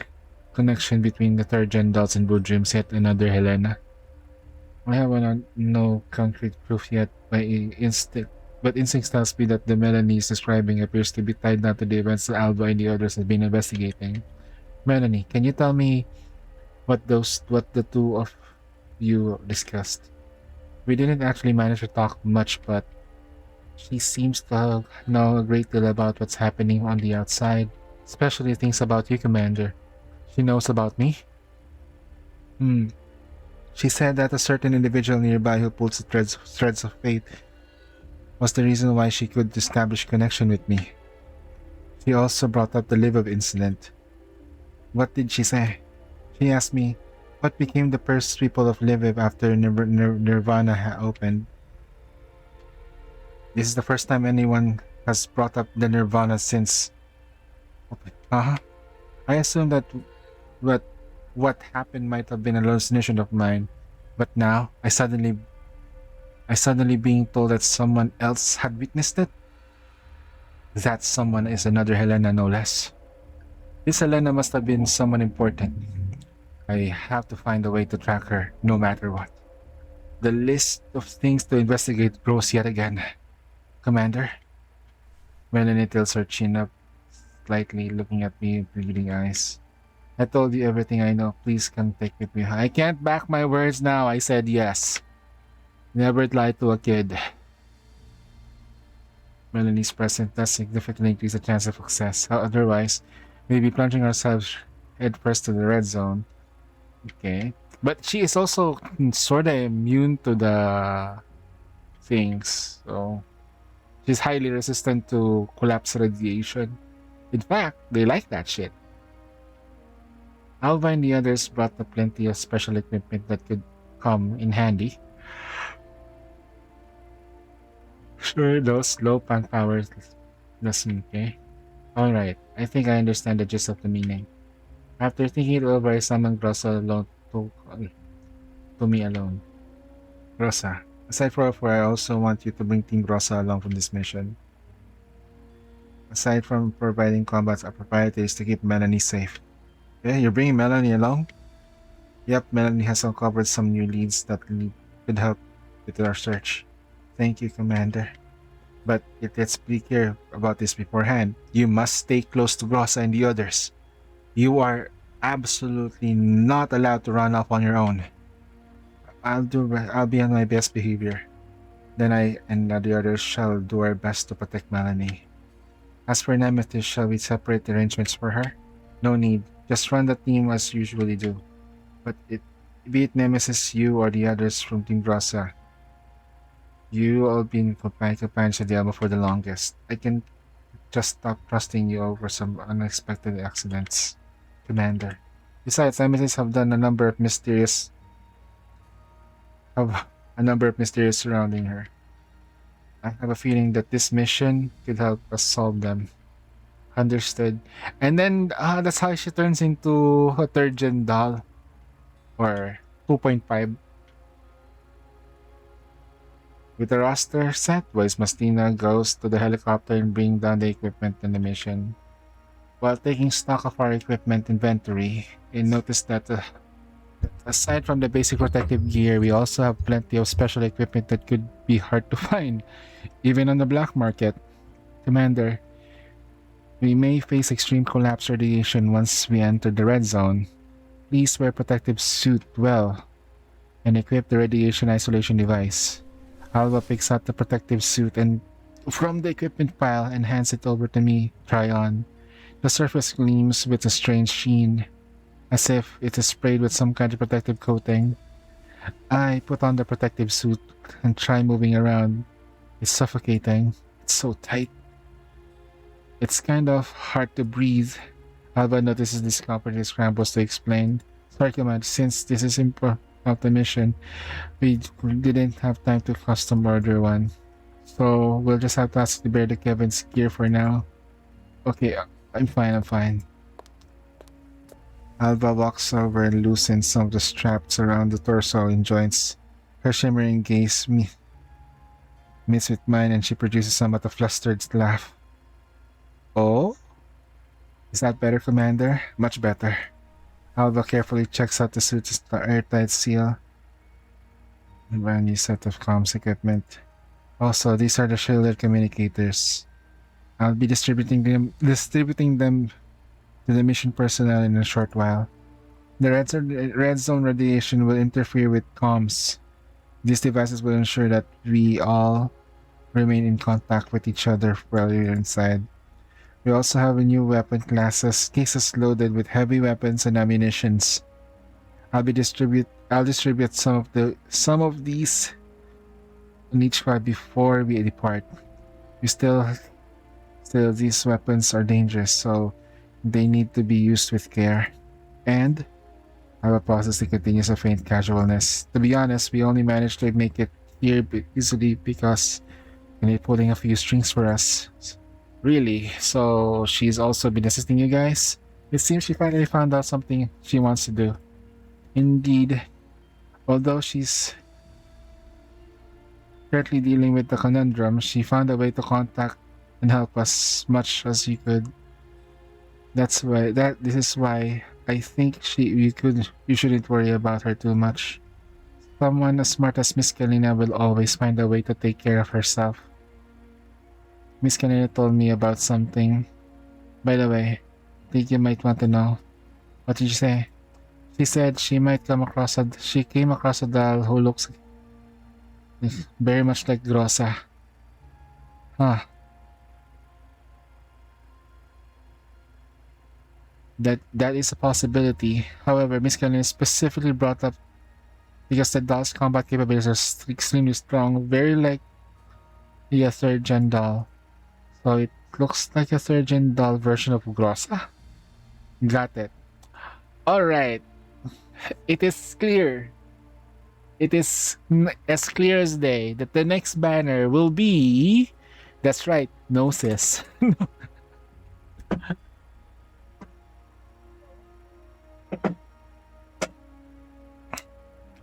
The next banner will be Gnosis. They've been hinting it eh. Commander, all personnel participating in the mission has been equipped with relevant gear. Has been distributed to the squad leaders. It is time for us to head out. And time for us to clear them all. Ha ha ha ha ha.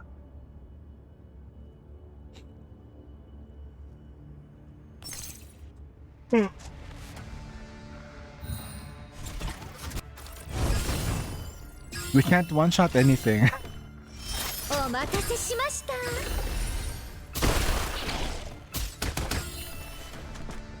デザートはいかがですか？逃げられるとで。エンジン起動。さっさと倒れたらどうだ。星々よ。Why? これがあなたの最後の輝き。星々を。これでどうかな。これでどうかな。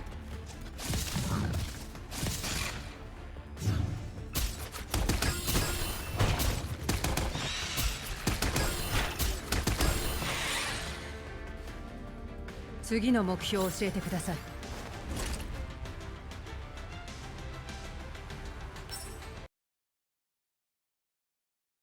Retired Kalishnikov.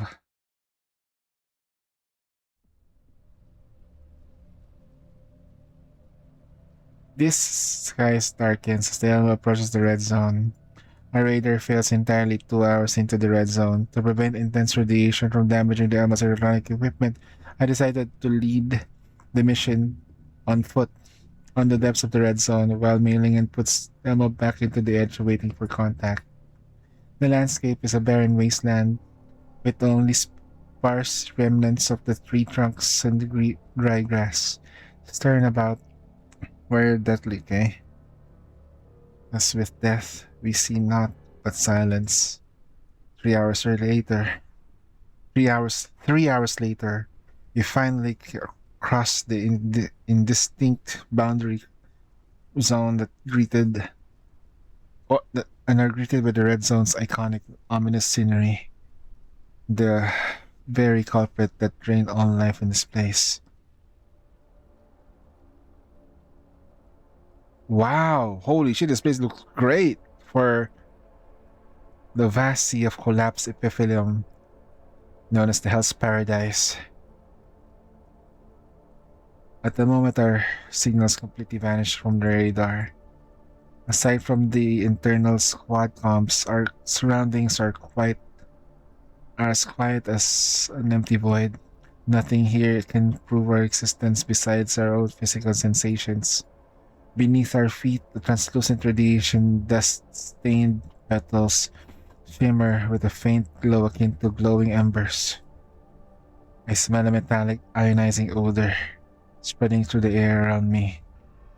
Even through my protective suit. Commander, watch your step. Avoid these flowers as you move forward. And Doris just took a reading, and the radiation near the flowers are far more dozens times higher than the surrounding area. The epitheliums are in their absorption phase, so let's hurry through. They're in the absorption phase? Doris refers to as defining the trait of a collapsed epithelium. They interact with the collapsed radiation in the environment, absorbing it under certain conditions and releasing it in others. The Project Eden I intervened back in Lviv, hope to use such principles for energy generation. That technology has since become a secret known only to me. Man, the idea is to have the plant absorb the collapsed radiation and release it as energy through plant technology, through biotech. Ah. However, they had other plans. Villains always have other plans. Let's say Mother Earth. But we need to make lots of money. Once the release phase arrives, the radiation levels surge, rendering the most protective equipment in the Grand Cascade any creature unable to take shelter in time and be devoured by the collapsed radiation in mere moments, plunging them into the abyss of no return. The absorption phase means that the ambient radiation levels are relatively low at the moment, but even so, an ordinary person cannot survive here long without protection. Yet, despite the harshness of the environment, it can also it is also strangely unsettlingly quiet. No one tried to stop us on the way here. We haven't even seen a single tiny elid critter scurry either. Even an elid cannot survive inside here. Commander, we're also most in the coordinates. Good, all units enter alert level 1. Oh, shit. After passing through a thick mist of radiation particles, what unfolds before us as a sight I never imagined deep inside the red zone. An intact, towering, magnificent yet antique palace. The mist, the banners of the heavens. You've been here before. Beautiful vistas of bygone days gathered into echoes amongst the clouds. Looks like this place was stirred up some Nemesis memories. I studied the exterior of the old castle carefully, but I find no clear signs of anything unordinary, even though it clearly shouldn't be there. An ancient structure of bygone era. The spires that adored the towers have long since crumpled, leaving jagged hollows that spear the sky. The narrow arch, the narrow arch window are but hollow eye sockets, some yet filled with the remnants of their stained glass sclera that faintly glimmered with the dusk's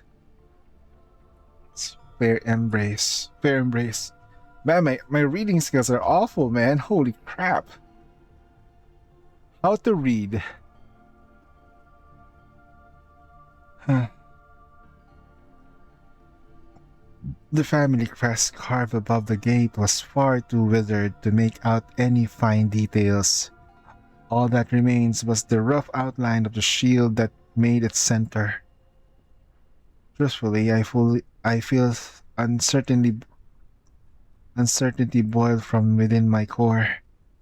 Was this a mere mirage that has been invoked by the collapse that encompasses all of at this very moment? Nothing but an irradiated midsummer night's dream? Commander, this is the place. I can feel it. That girl's presence. We are getting closer and closer. A hidden supply in this battle. Okay, gotcha. The coordinates on this offline map is also right here. Then, let's get closer. With the dolls raising their weapons as vanguard, we cautiously approach the massive building before us. So it's the Defy 404, Zochiro, and Monsoon. Damn. They're not holding back in Team Grossa. Gyoza. Is this castle also a Paradisius base? No, wait, something feels off. Commander, the radiation interference is too strong here. We still can't pick up any signals from nearby. Our equipment isn't picking up any active heat sources here, but something could still be hiding on the tower levels. We're not picking up any noise signals either. We have the same conclusion. We can only gather on what's on the surface now. Are you sensing anything? I haven't sensed any of the peasants beside girl's distress signal. Indeed, we hadn't picked up any clear signs of danger, and that Helena does actually seem to be here. Look, take 404 to the perimeter and keep an eye on any movement. Secure the retreat route. Report immediately if you spot anything suspicious. Rosa, Alva, let's try going into. If you're going in, then at least let me. That's alright, don't worry. From the looks of it, we've just got a normal building. If you notice anything off, we'll tuck our tails in between our legs and run for the hills. Besides, Melanie says that the girl is in there. We have to at least try to look for. Go in and try to investigate. Fine. I'll keep watch outside, so be careful. Yeah.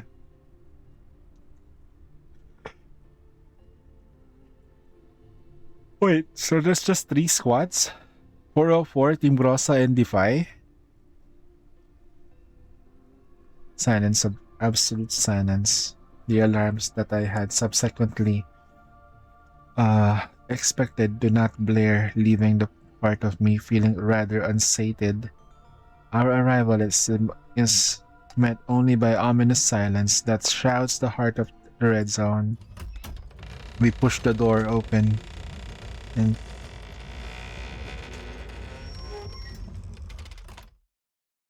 take a step inside the house. The interior is not dilapidated as I assumed. The damp stone steps with brick walls all on both sides lit up the great hall. The faintly warm light of dusk filters through the multicolored glass windows, casting columns of varied hues across the great structure. In the great hall, a table is surrounded by several velvet chairs, all arranged loosely. Two leather armchairs appear to have warped from a long-term use. The leather is polished to a shine, suggesting that someone once lived here for a long period of time. The castle appears to have been used for after the war for a long time too. Maybe this area only became the red zone recently. It would be great if we could find some records about it. Melanie, are you sure this is the place? I am. I still can't pinpoint the exact location, but I look around, searching the whole castle. Will take too long. Let's try to wrap up ASAP. If we can't linger here for too long. Alba, you guys search the upper floors. Grasa will go through the corridors in the back. After splitting up, Team Grasa and I move to the corridor and back to the castle. This area appears to be made up of several bedrooms. After confirming that there were no sounds inside, I pull the brass knuck handle of the room nearest to me. The room is decorated similarly to the reception hall, but the moment I push the door open, the scent of dust and faint mildew hits my nose. In the stark contrast of the candlelit air, how can you still smell it when you have a suit?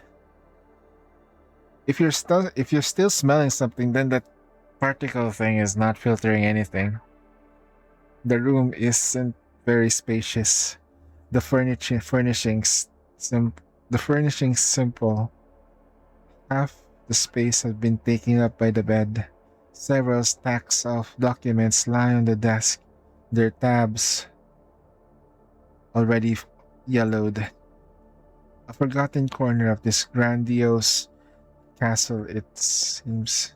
Look around for any useful documents left here.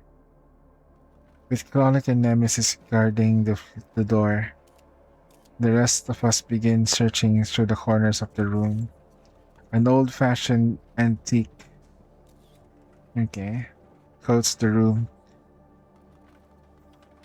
Electronic devices are rare, while the books themselves, leaning against the wall, is neatly lined with thick volumes, mostly classical text and novels from the bygone era. I leaf through them without such thought. Something suddenly slips out of the books. What's this? I pick up the slip of paper and find out what seems to be some reading notes.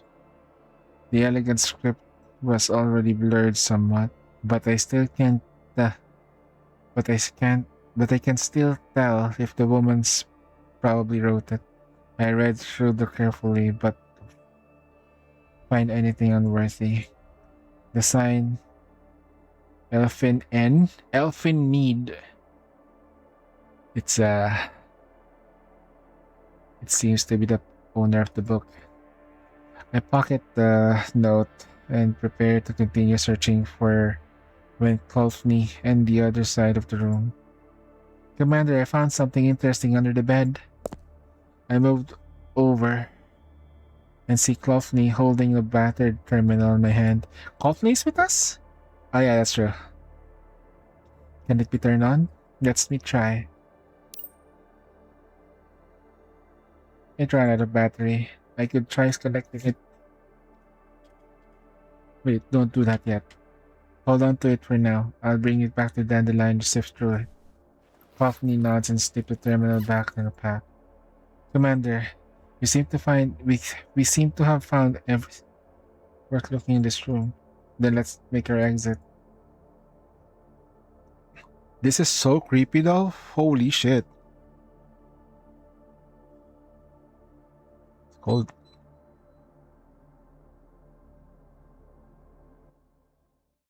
Alba's voice comes through the comms. We're about to search the next room. Commander, we're taking fire on the 3rd floor.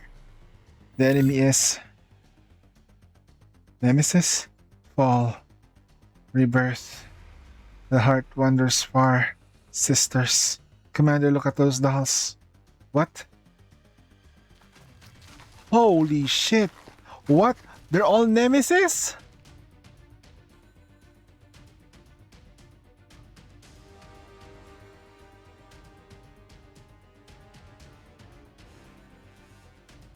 Whoa. I mean, wow.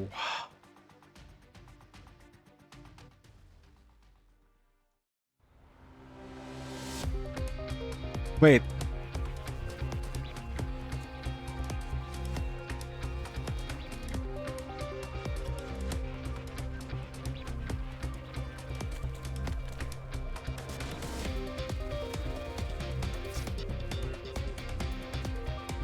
Go away.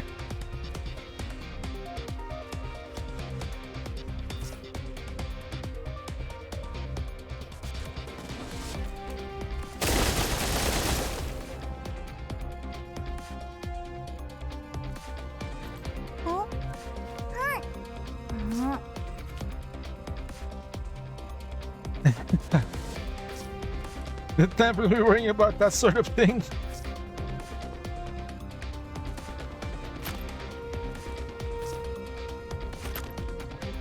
This event was unbelievably peak. It blows my Dawn Forger out of the water. It should have been voiced instead of the previous one.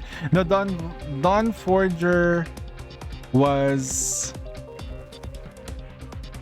pretty okay for me. And besides, Lorelei.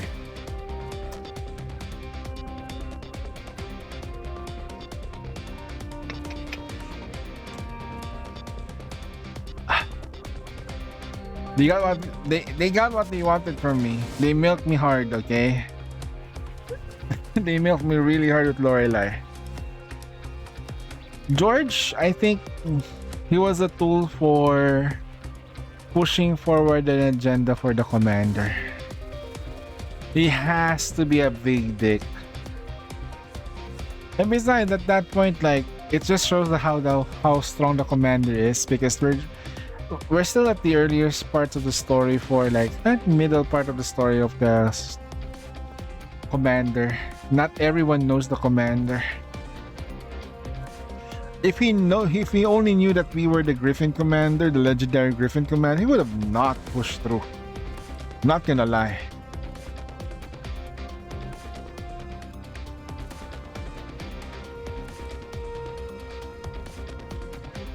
And besides, the stories was kind of okay.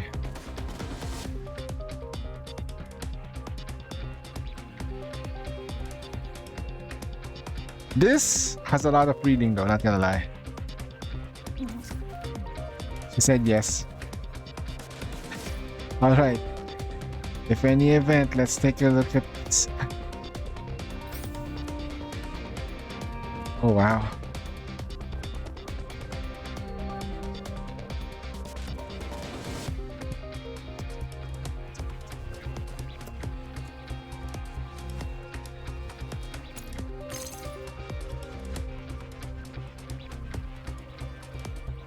Hmm.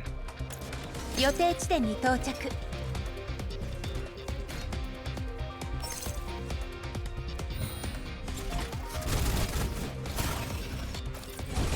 Stunned.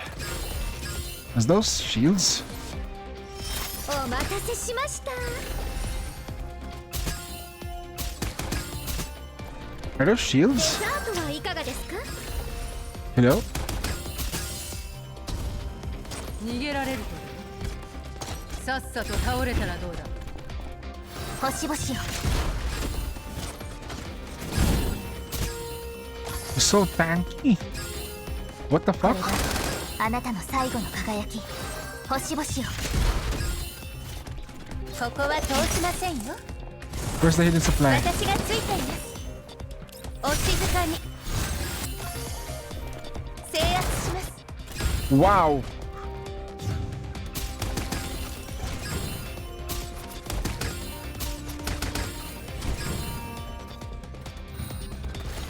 Where? Where's the supply? Hold on, let me pay attention to the map.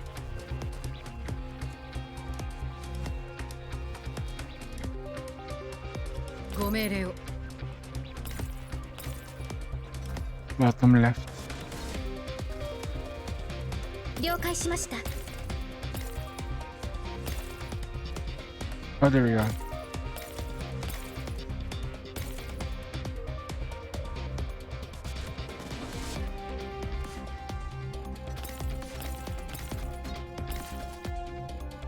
This one?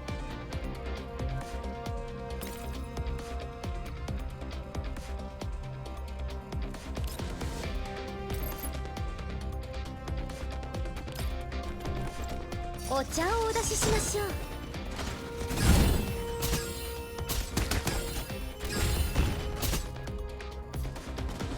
What the hell is this? お任せください。制圧します。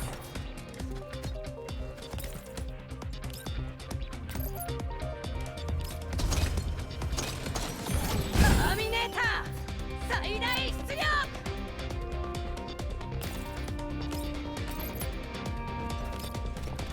落ちて隕石のように。はっ。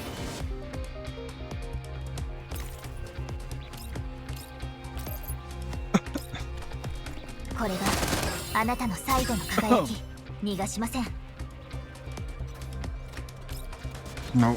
I'm gonna protect myself a little bit. 星々をターゲット確認。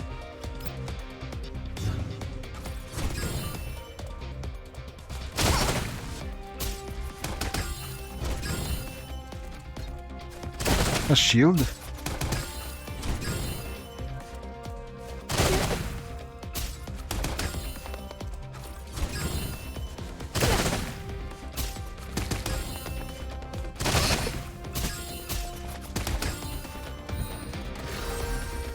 They're so tanky. お任せください。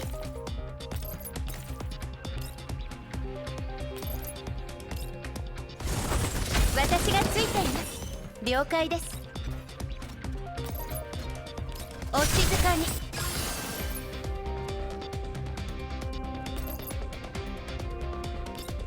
制圧します。逃がしません。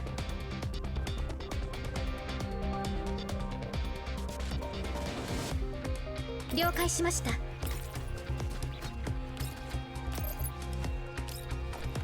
ザートはいかがですか？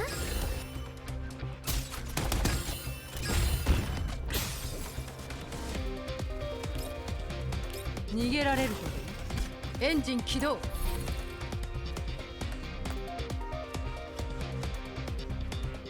Can we even beat these guys in 6 turns? さっさと倒れたらどうだ。 Hold on, let me restart.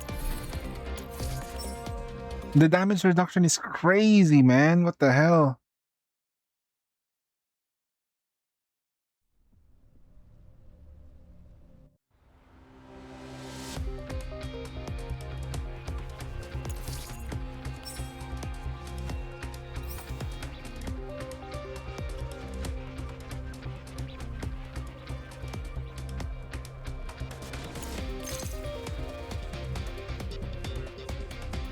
Hydro.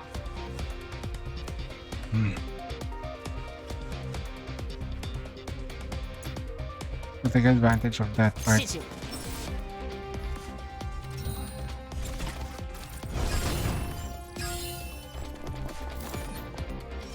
お待たせししました。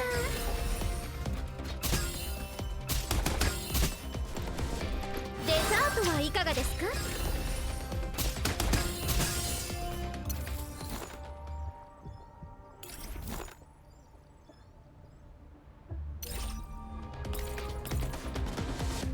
了解しました。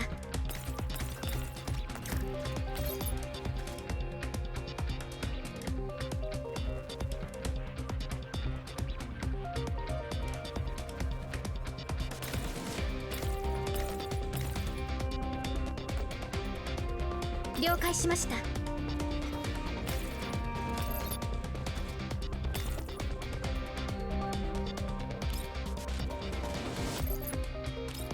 デザートはいかがですか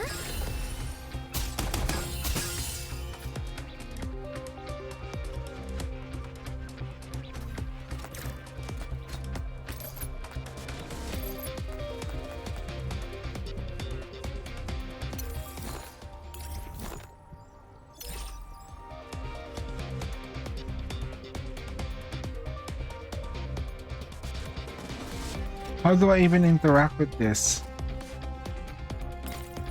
了解しました。デ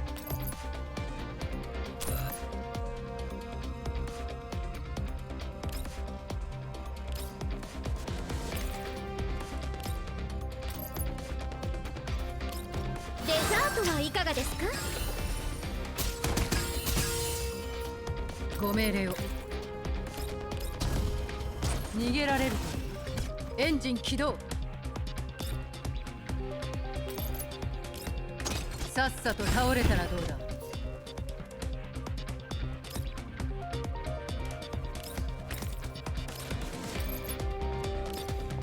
正義の物語。給与が上がるんですか？現行犯で逮捕する。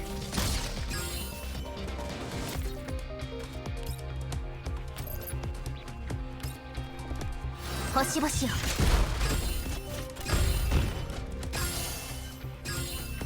逃がしません。これがあなたの最後の輝き。ターゲット確認。星々を。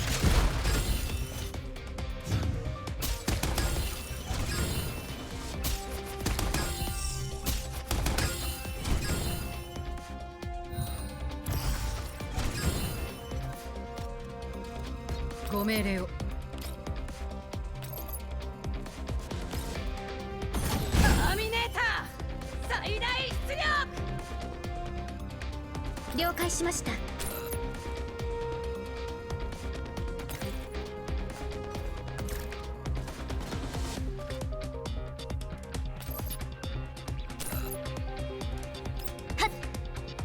了解しました。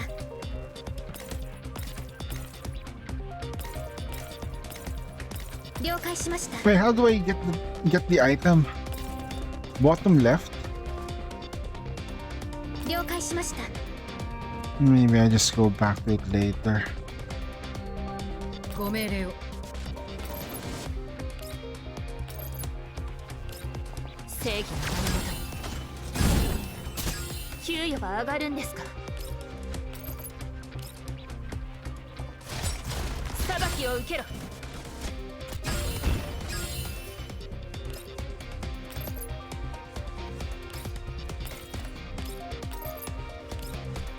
落ちて隕石のように。ターゲット確認。これがあなたの最後の輝き。星々を。逃がしません。はい。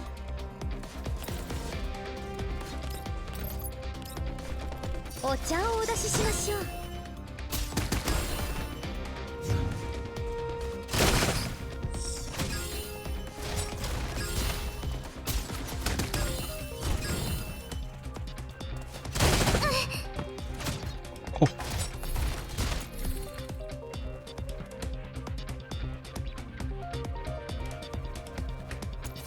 Oh, this is harder. This is working hard, bro. Even with Voice Mestina V6, I couldn't clear?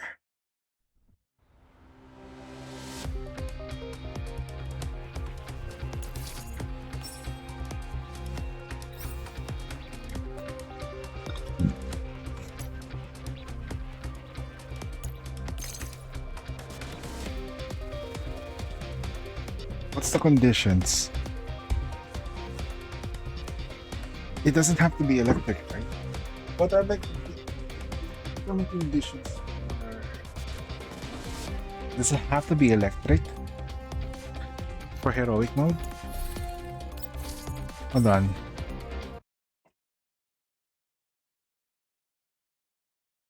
But you finish this in heroic mode, right? But you do have Voice Mastina and you can add another one. What are the debuffs? Not melee. If an enemy target does not have any debuff. Okay. Electric debuff.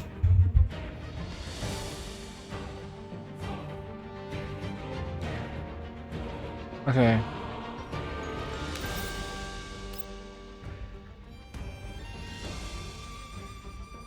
Electric debuff. They need to electric debuff them.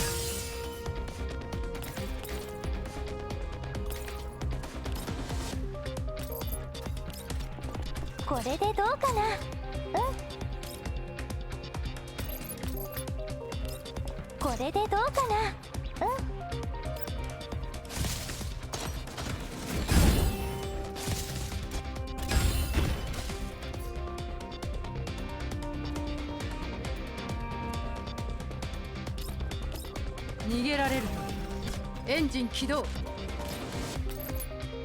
さっさと倒れたらどうだ。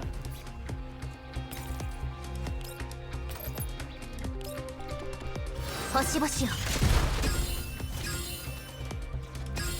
ターゲット確認。これがあなたの最後の輝き。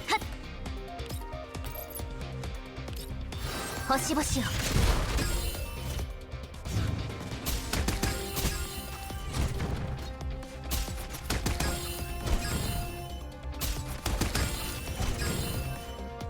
Another shield?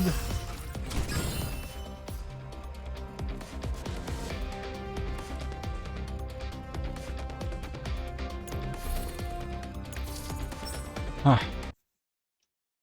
If they don't have electric debuff.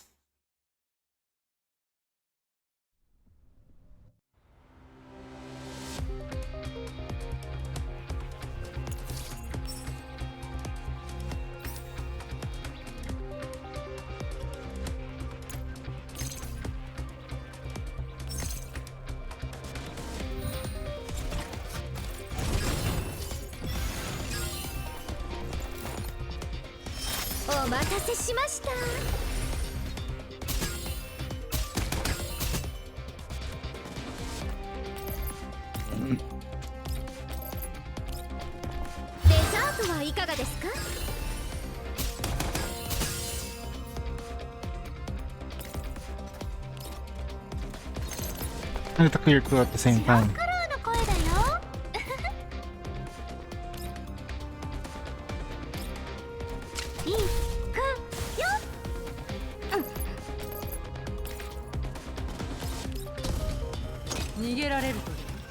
Engine 起動。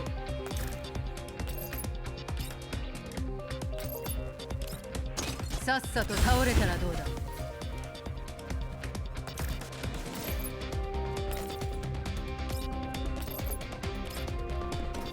星々よ。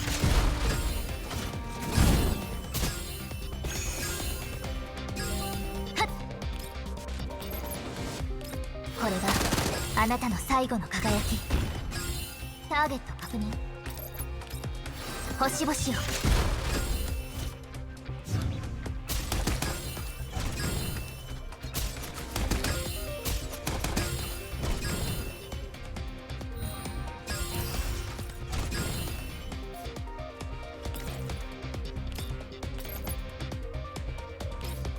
ご命令を。ターミネーター最大出力。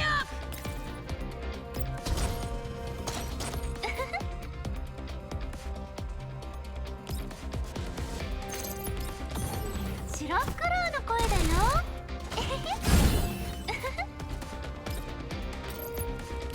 見つけた。はっ、了解しました。お茶をお出ししましょう。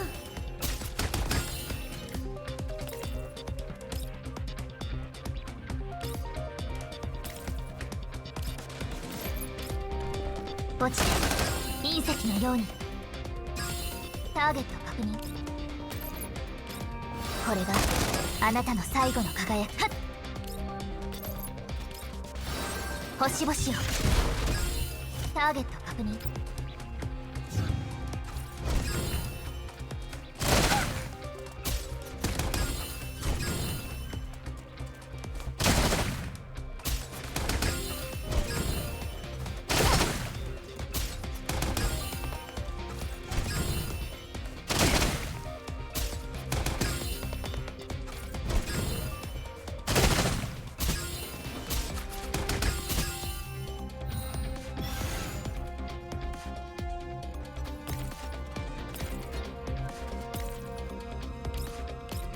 逃げられるとエンジン起動。さっさと倒れたらどうだ。白フクロウの声だよ。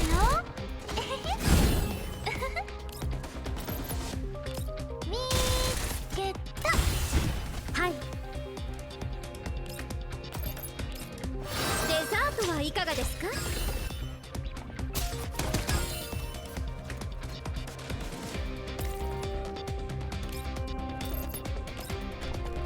落ちて安らかに。はっ、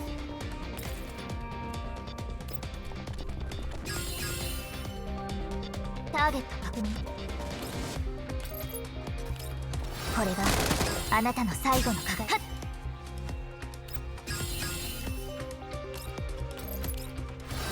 っ、星々よ。ターゲット確認。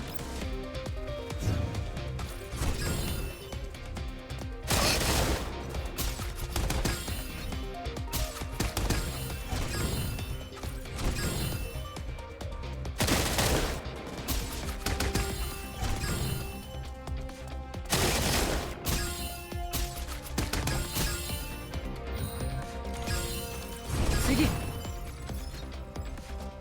了解しました。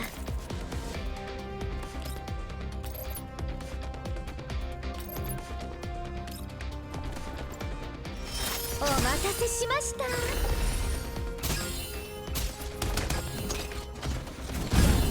はい。お茶をお出ししましょう。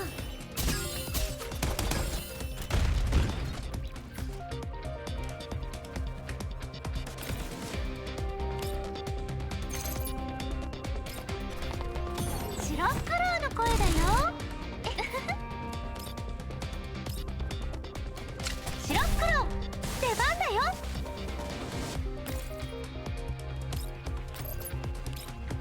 落ちて隕石のように。はっ、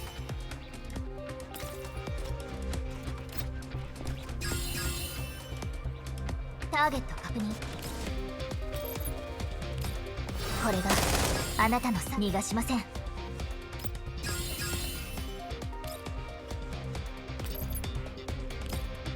星々よ。ターゲット確認。エンジン起動。タ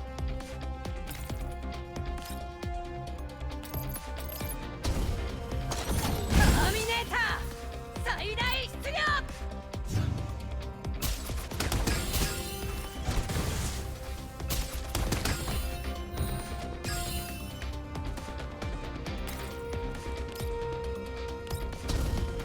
逃げられるとエンジン起動。 And さっ 6. さと倒れたらどうだ。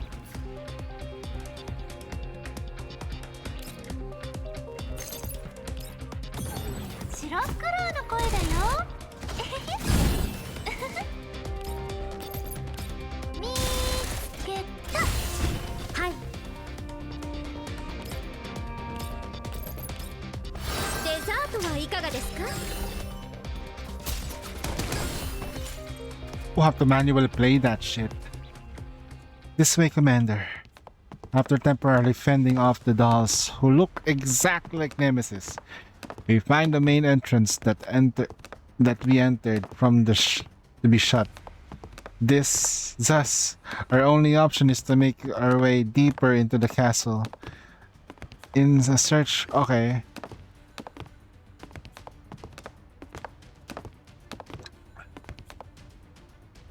The remaining enemies keep chasing us and Defy catches up to us. That Rossa can recover and Melanie and I fall back on safer position in the lines.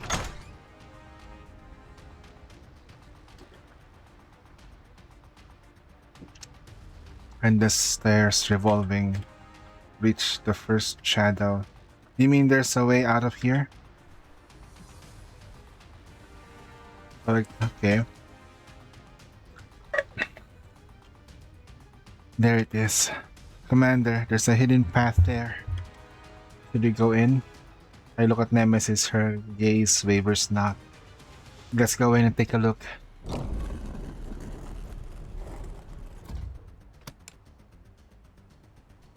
The dolls switch the lights and... What the fuck? I suddenly get the feeling that this layout feels kinda familiar, but I can't remember where I've seen it before.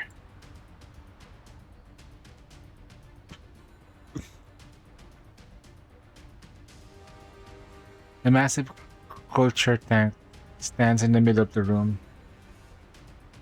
Pipes run along the center. Huh? Commander, this is the place. I can sense her presence. Mela looks around, rushing over the culture tank at the edge and looks closely. I follow Melanie over, only to find the tank is empty. Are we too late? A lab. I hate this. No way. No. Don't worry, Melanie. We're all here with you. No one's going to hurt you. After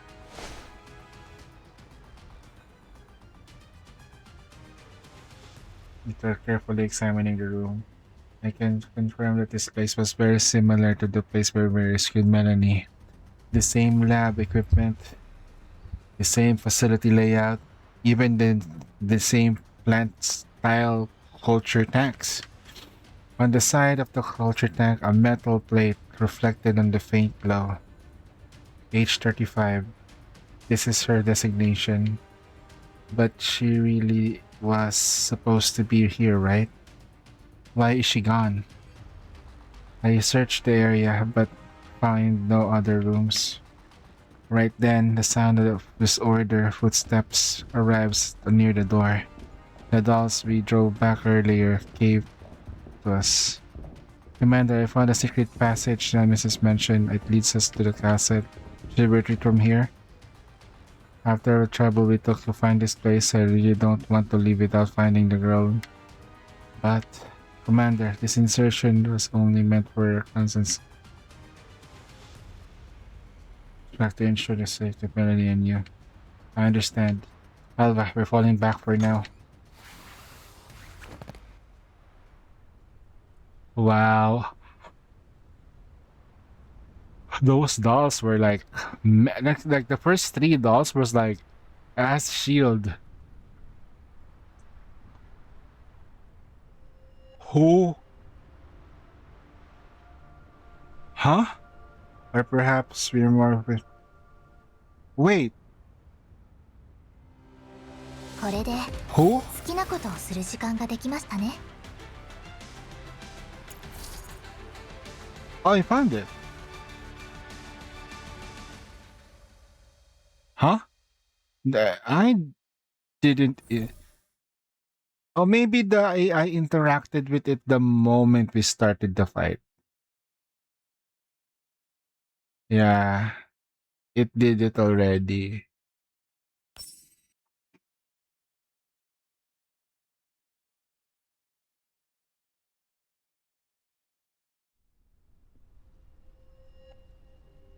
Or perhaps Ymir used to being called commander? I turned around and found an enormous creature somehow surrounded us. Three bodjums, each at least 5 meters tall, block our retreat from all directions. But there is no intent to attack. Instead, they crouch low in unison, and the figurative tribojum Cerberus stands before us, and they are waiting like obedient dogs, ready to do their master's bidding. The Bujums all have the same electric collar fastened around their. Okay. And that finally, there's a girl who looks about the same age as Melanie. She holds an iron ring on her hand. She walks through the endless. Her movements are light and graceful. She wears no protective equipment at all, which is enough to confirm that she is not human. At least not an ordinary human like me.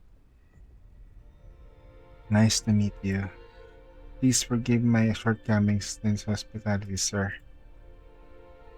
She can't be human since she's wearing no protection, yet her was this is fatal.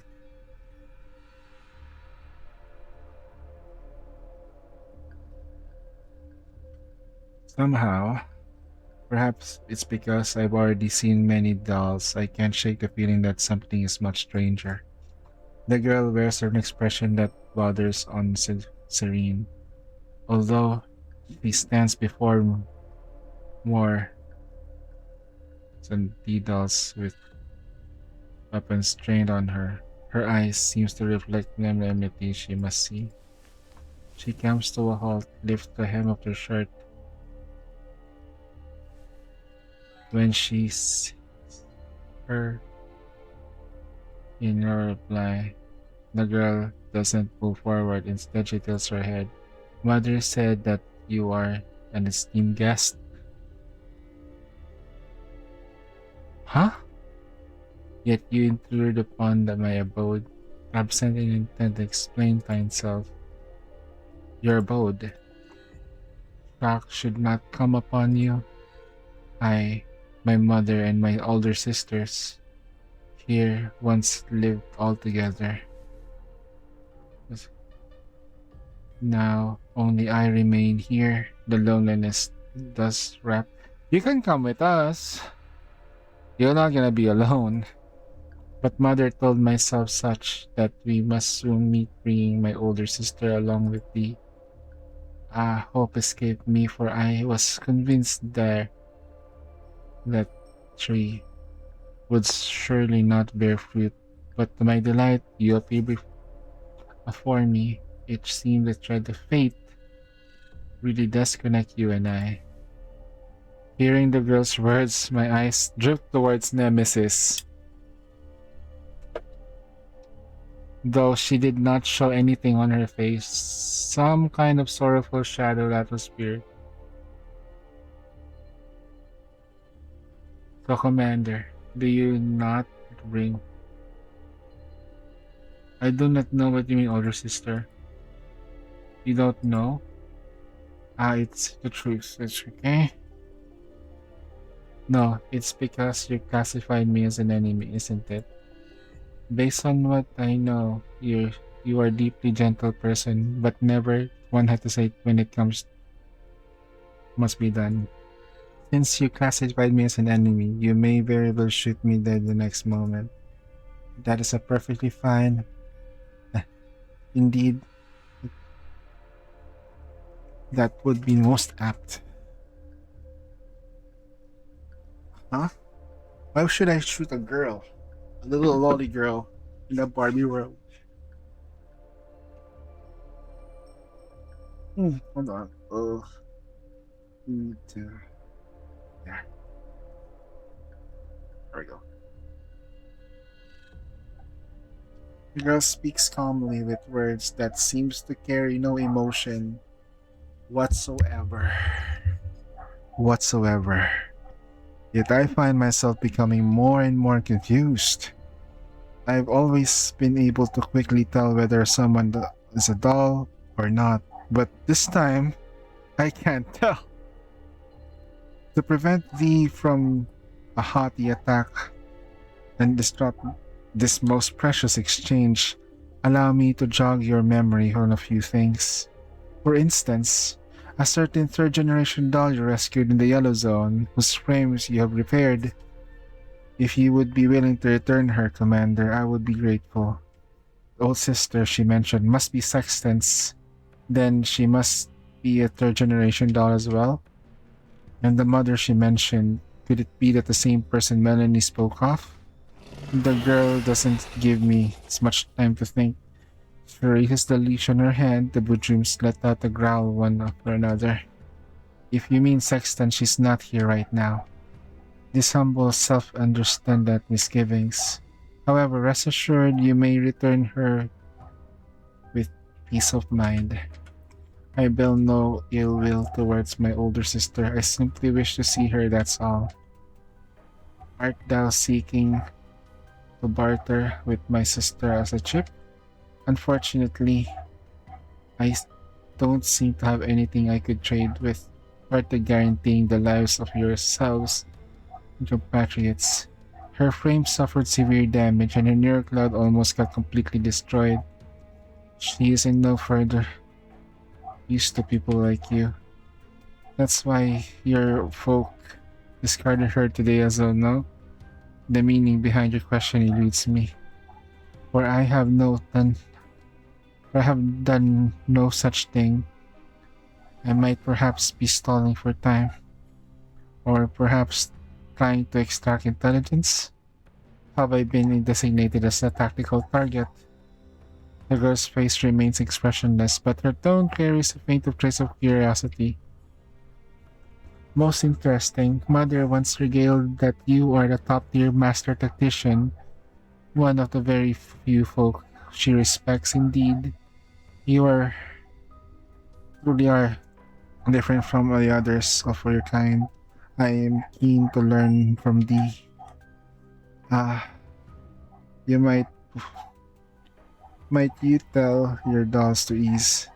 These little ones won't attack. But if you do not respond in kind, there may be some incidents on our hands. I bear no ill will at the present, Commander. If you in the calm, voice.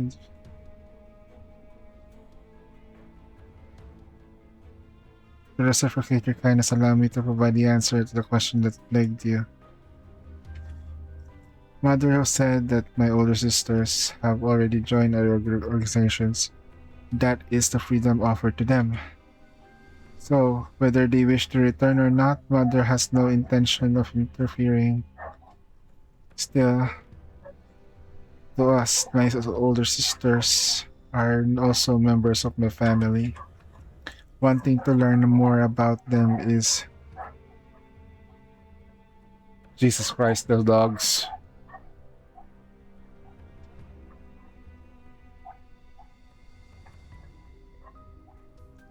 Haven't you met your mother, Turgeon dolls, before? Met? Yes. But back then, I only had been born. Some information can only be acquired through conversation, and I am only permitted to learn via conversation.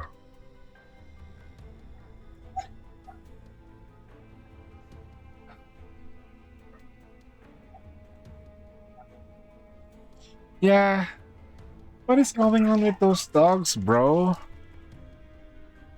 Put the leash on them.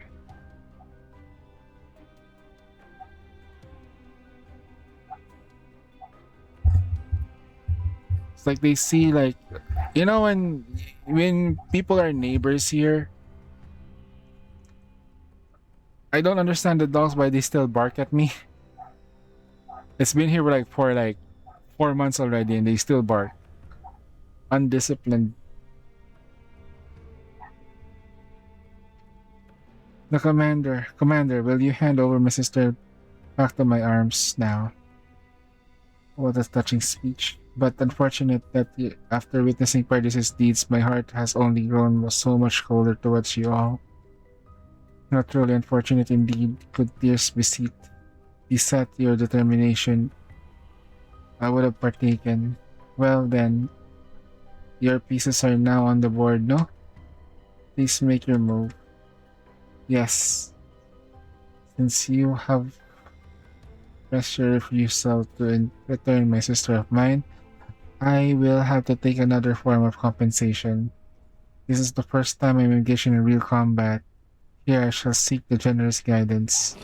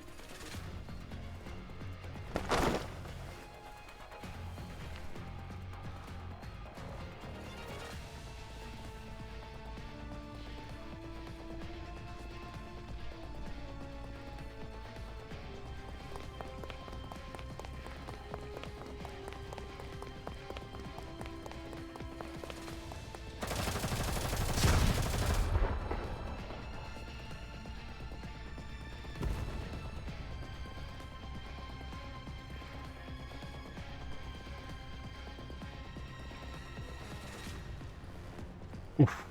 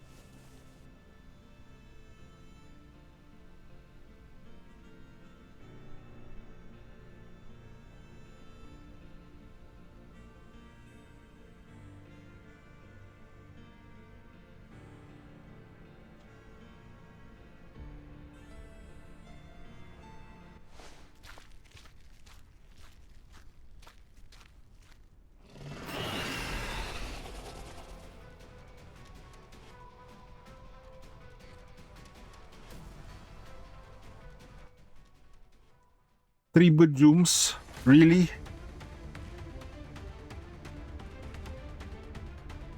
What are we facing here?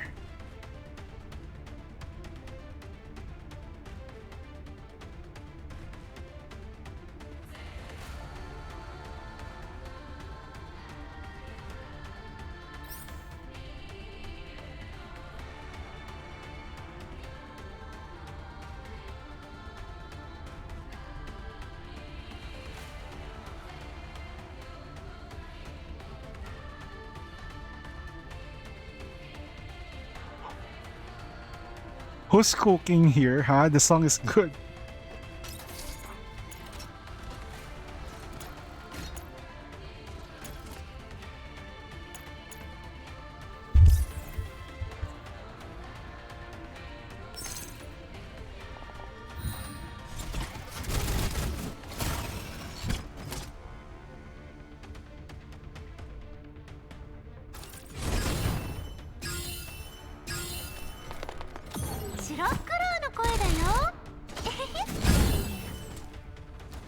いくよ。お待たせしました。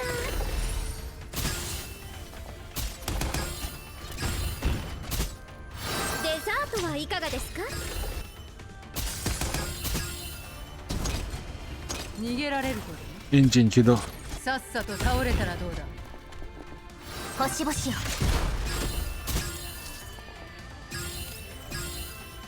これがあなたの最後の輝き。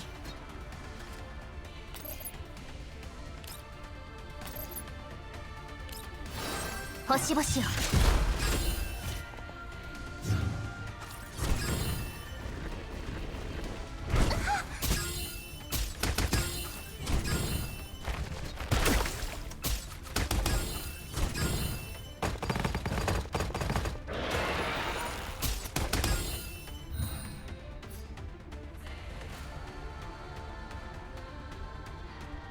いい感じ？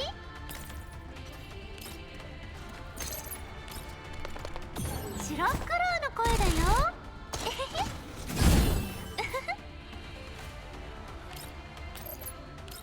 見つけた。エンジン起動。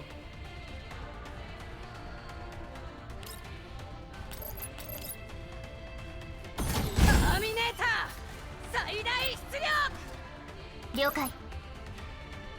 了解しました。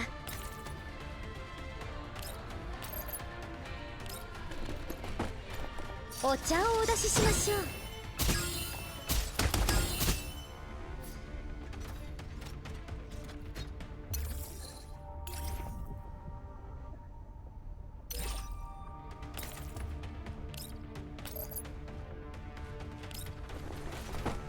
お茶をお出ししましょう。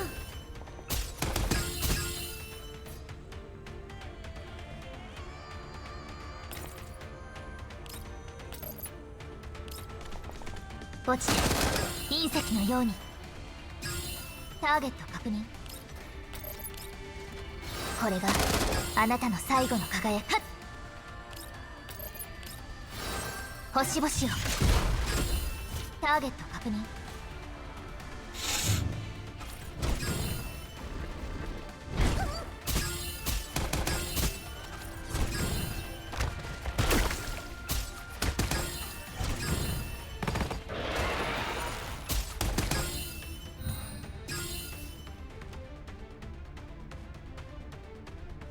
了解しました。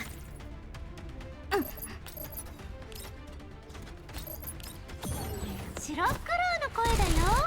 えへへ。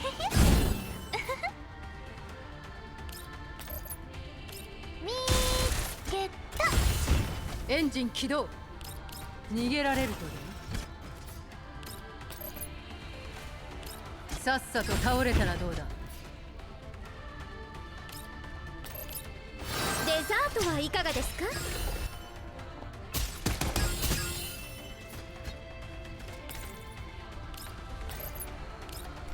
落ちていい、逃がしません。これがあなたのターゲット確認。星々よ、はっ、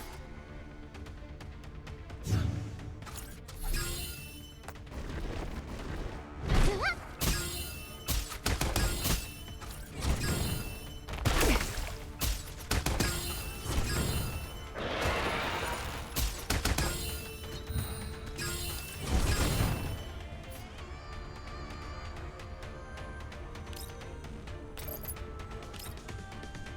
ターミネーター最大出力。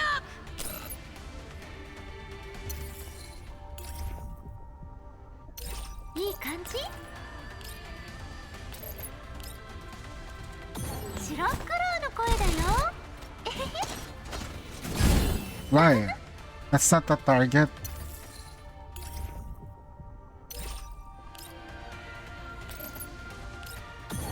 白黒の声だよ。えへへ。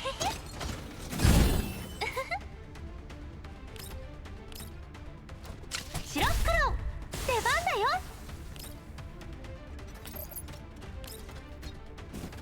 ターミネーター最大出力。了解しました。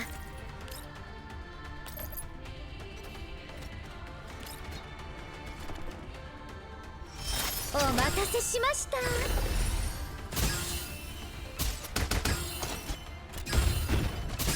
はい。お茶をお出ししましょう。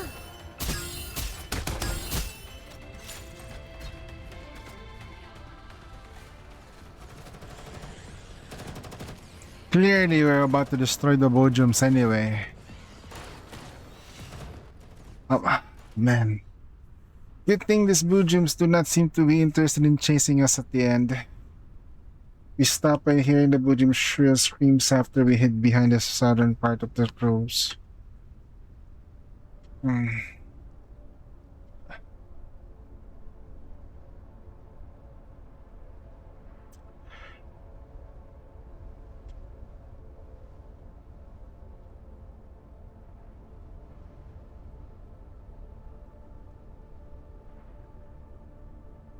Not sure if the third Jindal suddenly wanted us to hand sextants over, but the experimental equipment we found proof was.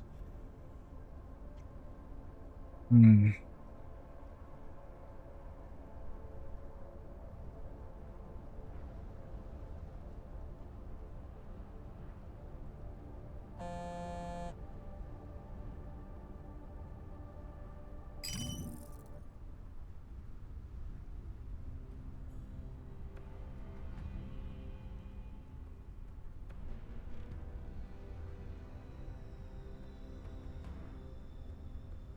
Hmm.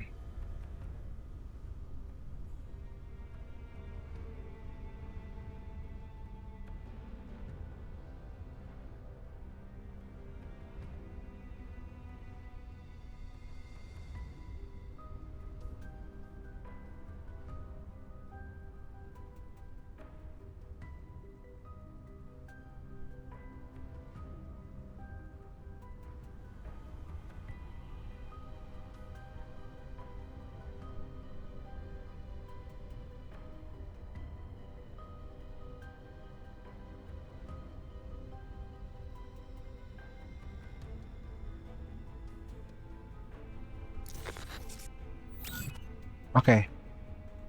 I'm reaching a point of ah that. So I'm actually getting kind of sleepy now. This is long. Need to sleep. I'm reaching the point of no return.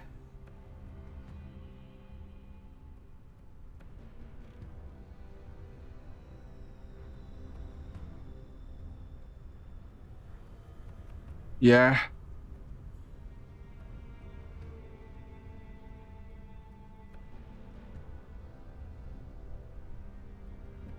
I get the feeling that Sexton's gonna kill every third gen doll.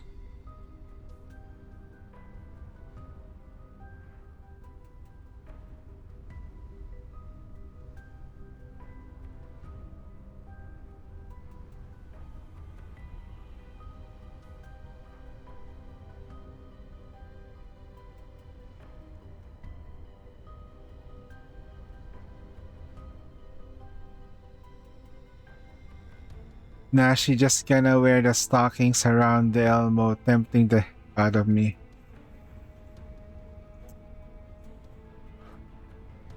Let us make sure those Bujum cells put them to good use.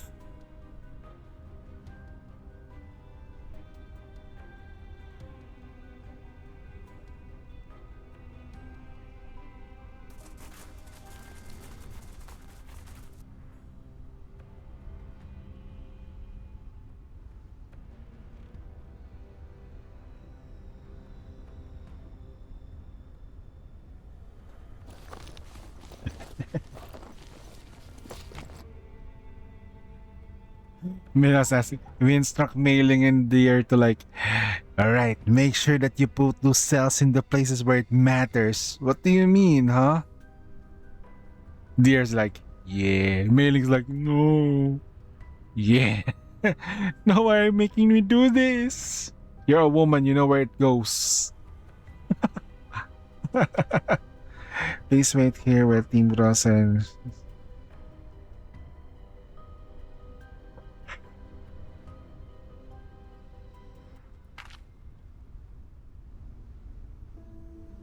Just suddenly thought of something. You mentioned it before, didn't I? I occasionally find myself noticing abilities. So I thought maybe I might fail. Wait, will you make me give it a try? Okay.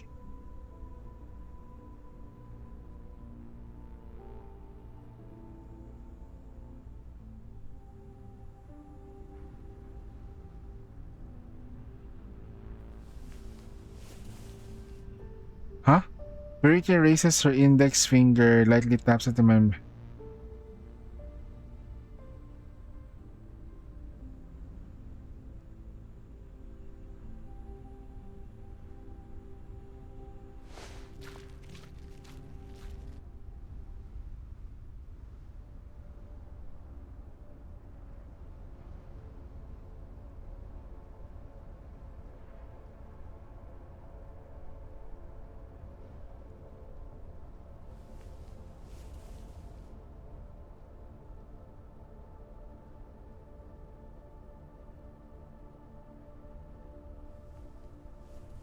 Aww.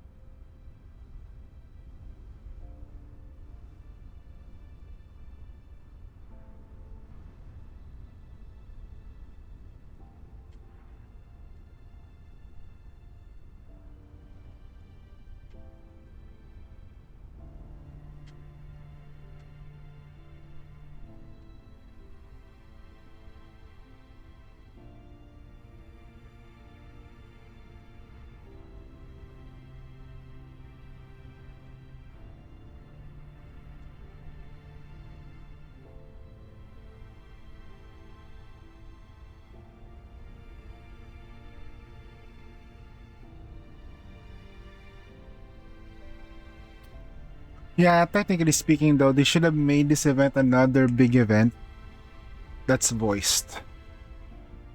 They introduced Sextans as the first enemy, Nemesis that's acting like a nemesis, and a 3 Bujum fight. That's not normal. And that's just the first 4 chapters. First 5, actually. What's up, Yang? I'm on my 14th hour, hitting 15th, so I'm almost there in terms of. So, yeah, I'm about to pass out.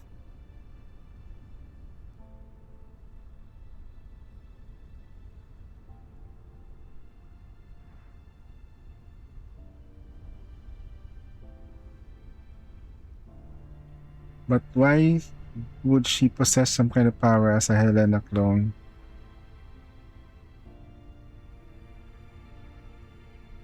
Oh!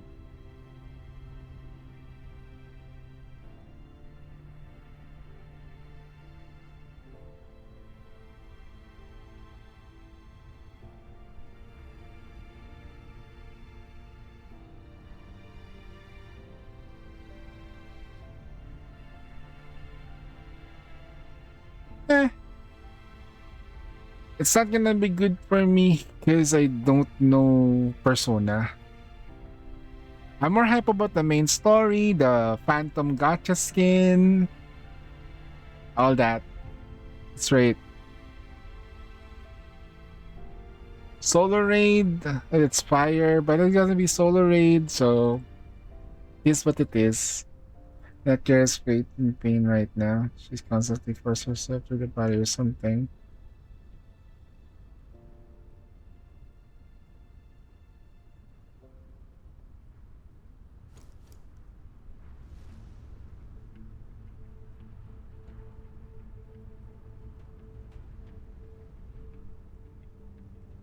Huh. Fire code fix in 6 weeks. Lols.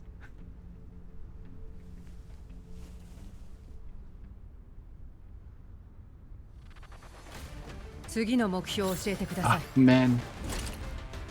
Need to find a girl. Okay. I'm done. I wanted to do some Nikkei, but I'm too tired now. Um, and there's so much stuff to do. We haven't even completed this to get the gems yet. Bro, that's amazing. How many gems do we have? 70? But at any rate, I thank you all for just dropping by. Later, I'll just do the same thing. We'll do dailies and continue with Girls Frontline. But I'll do some Nikkei early at around 6 in the morning later.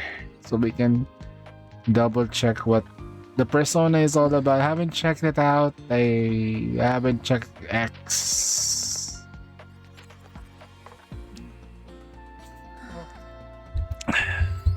Yeah, I'm on relaxation mode right now.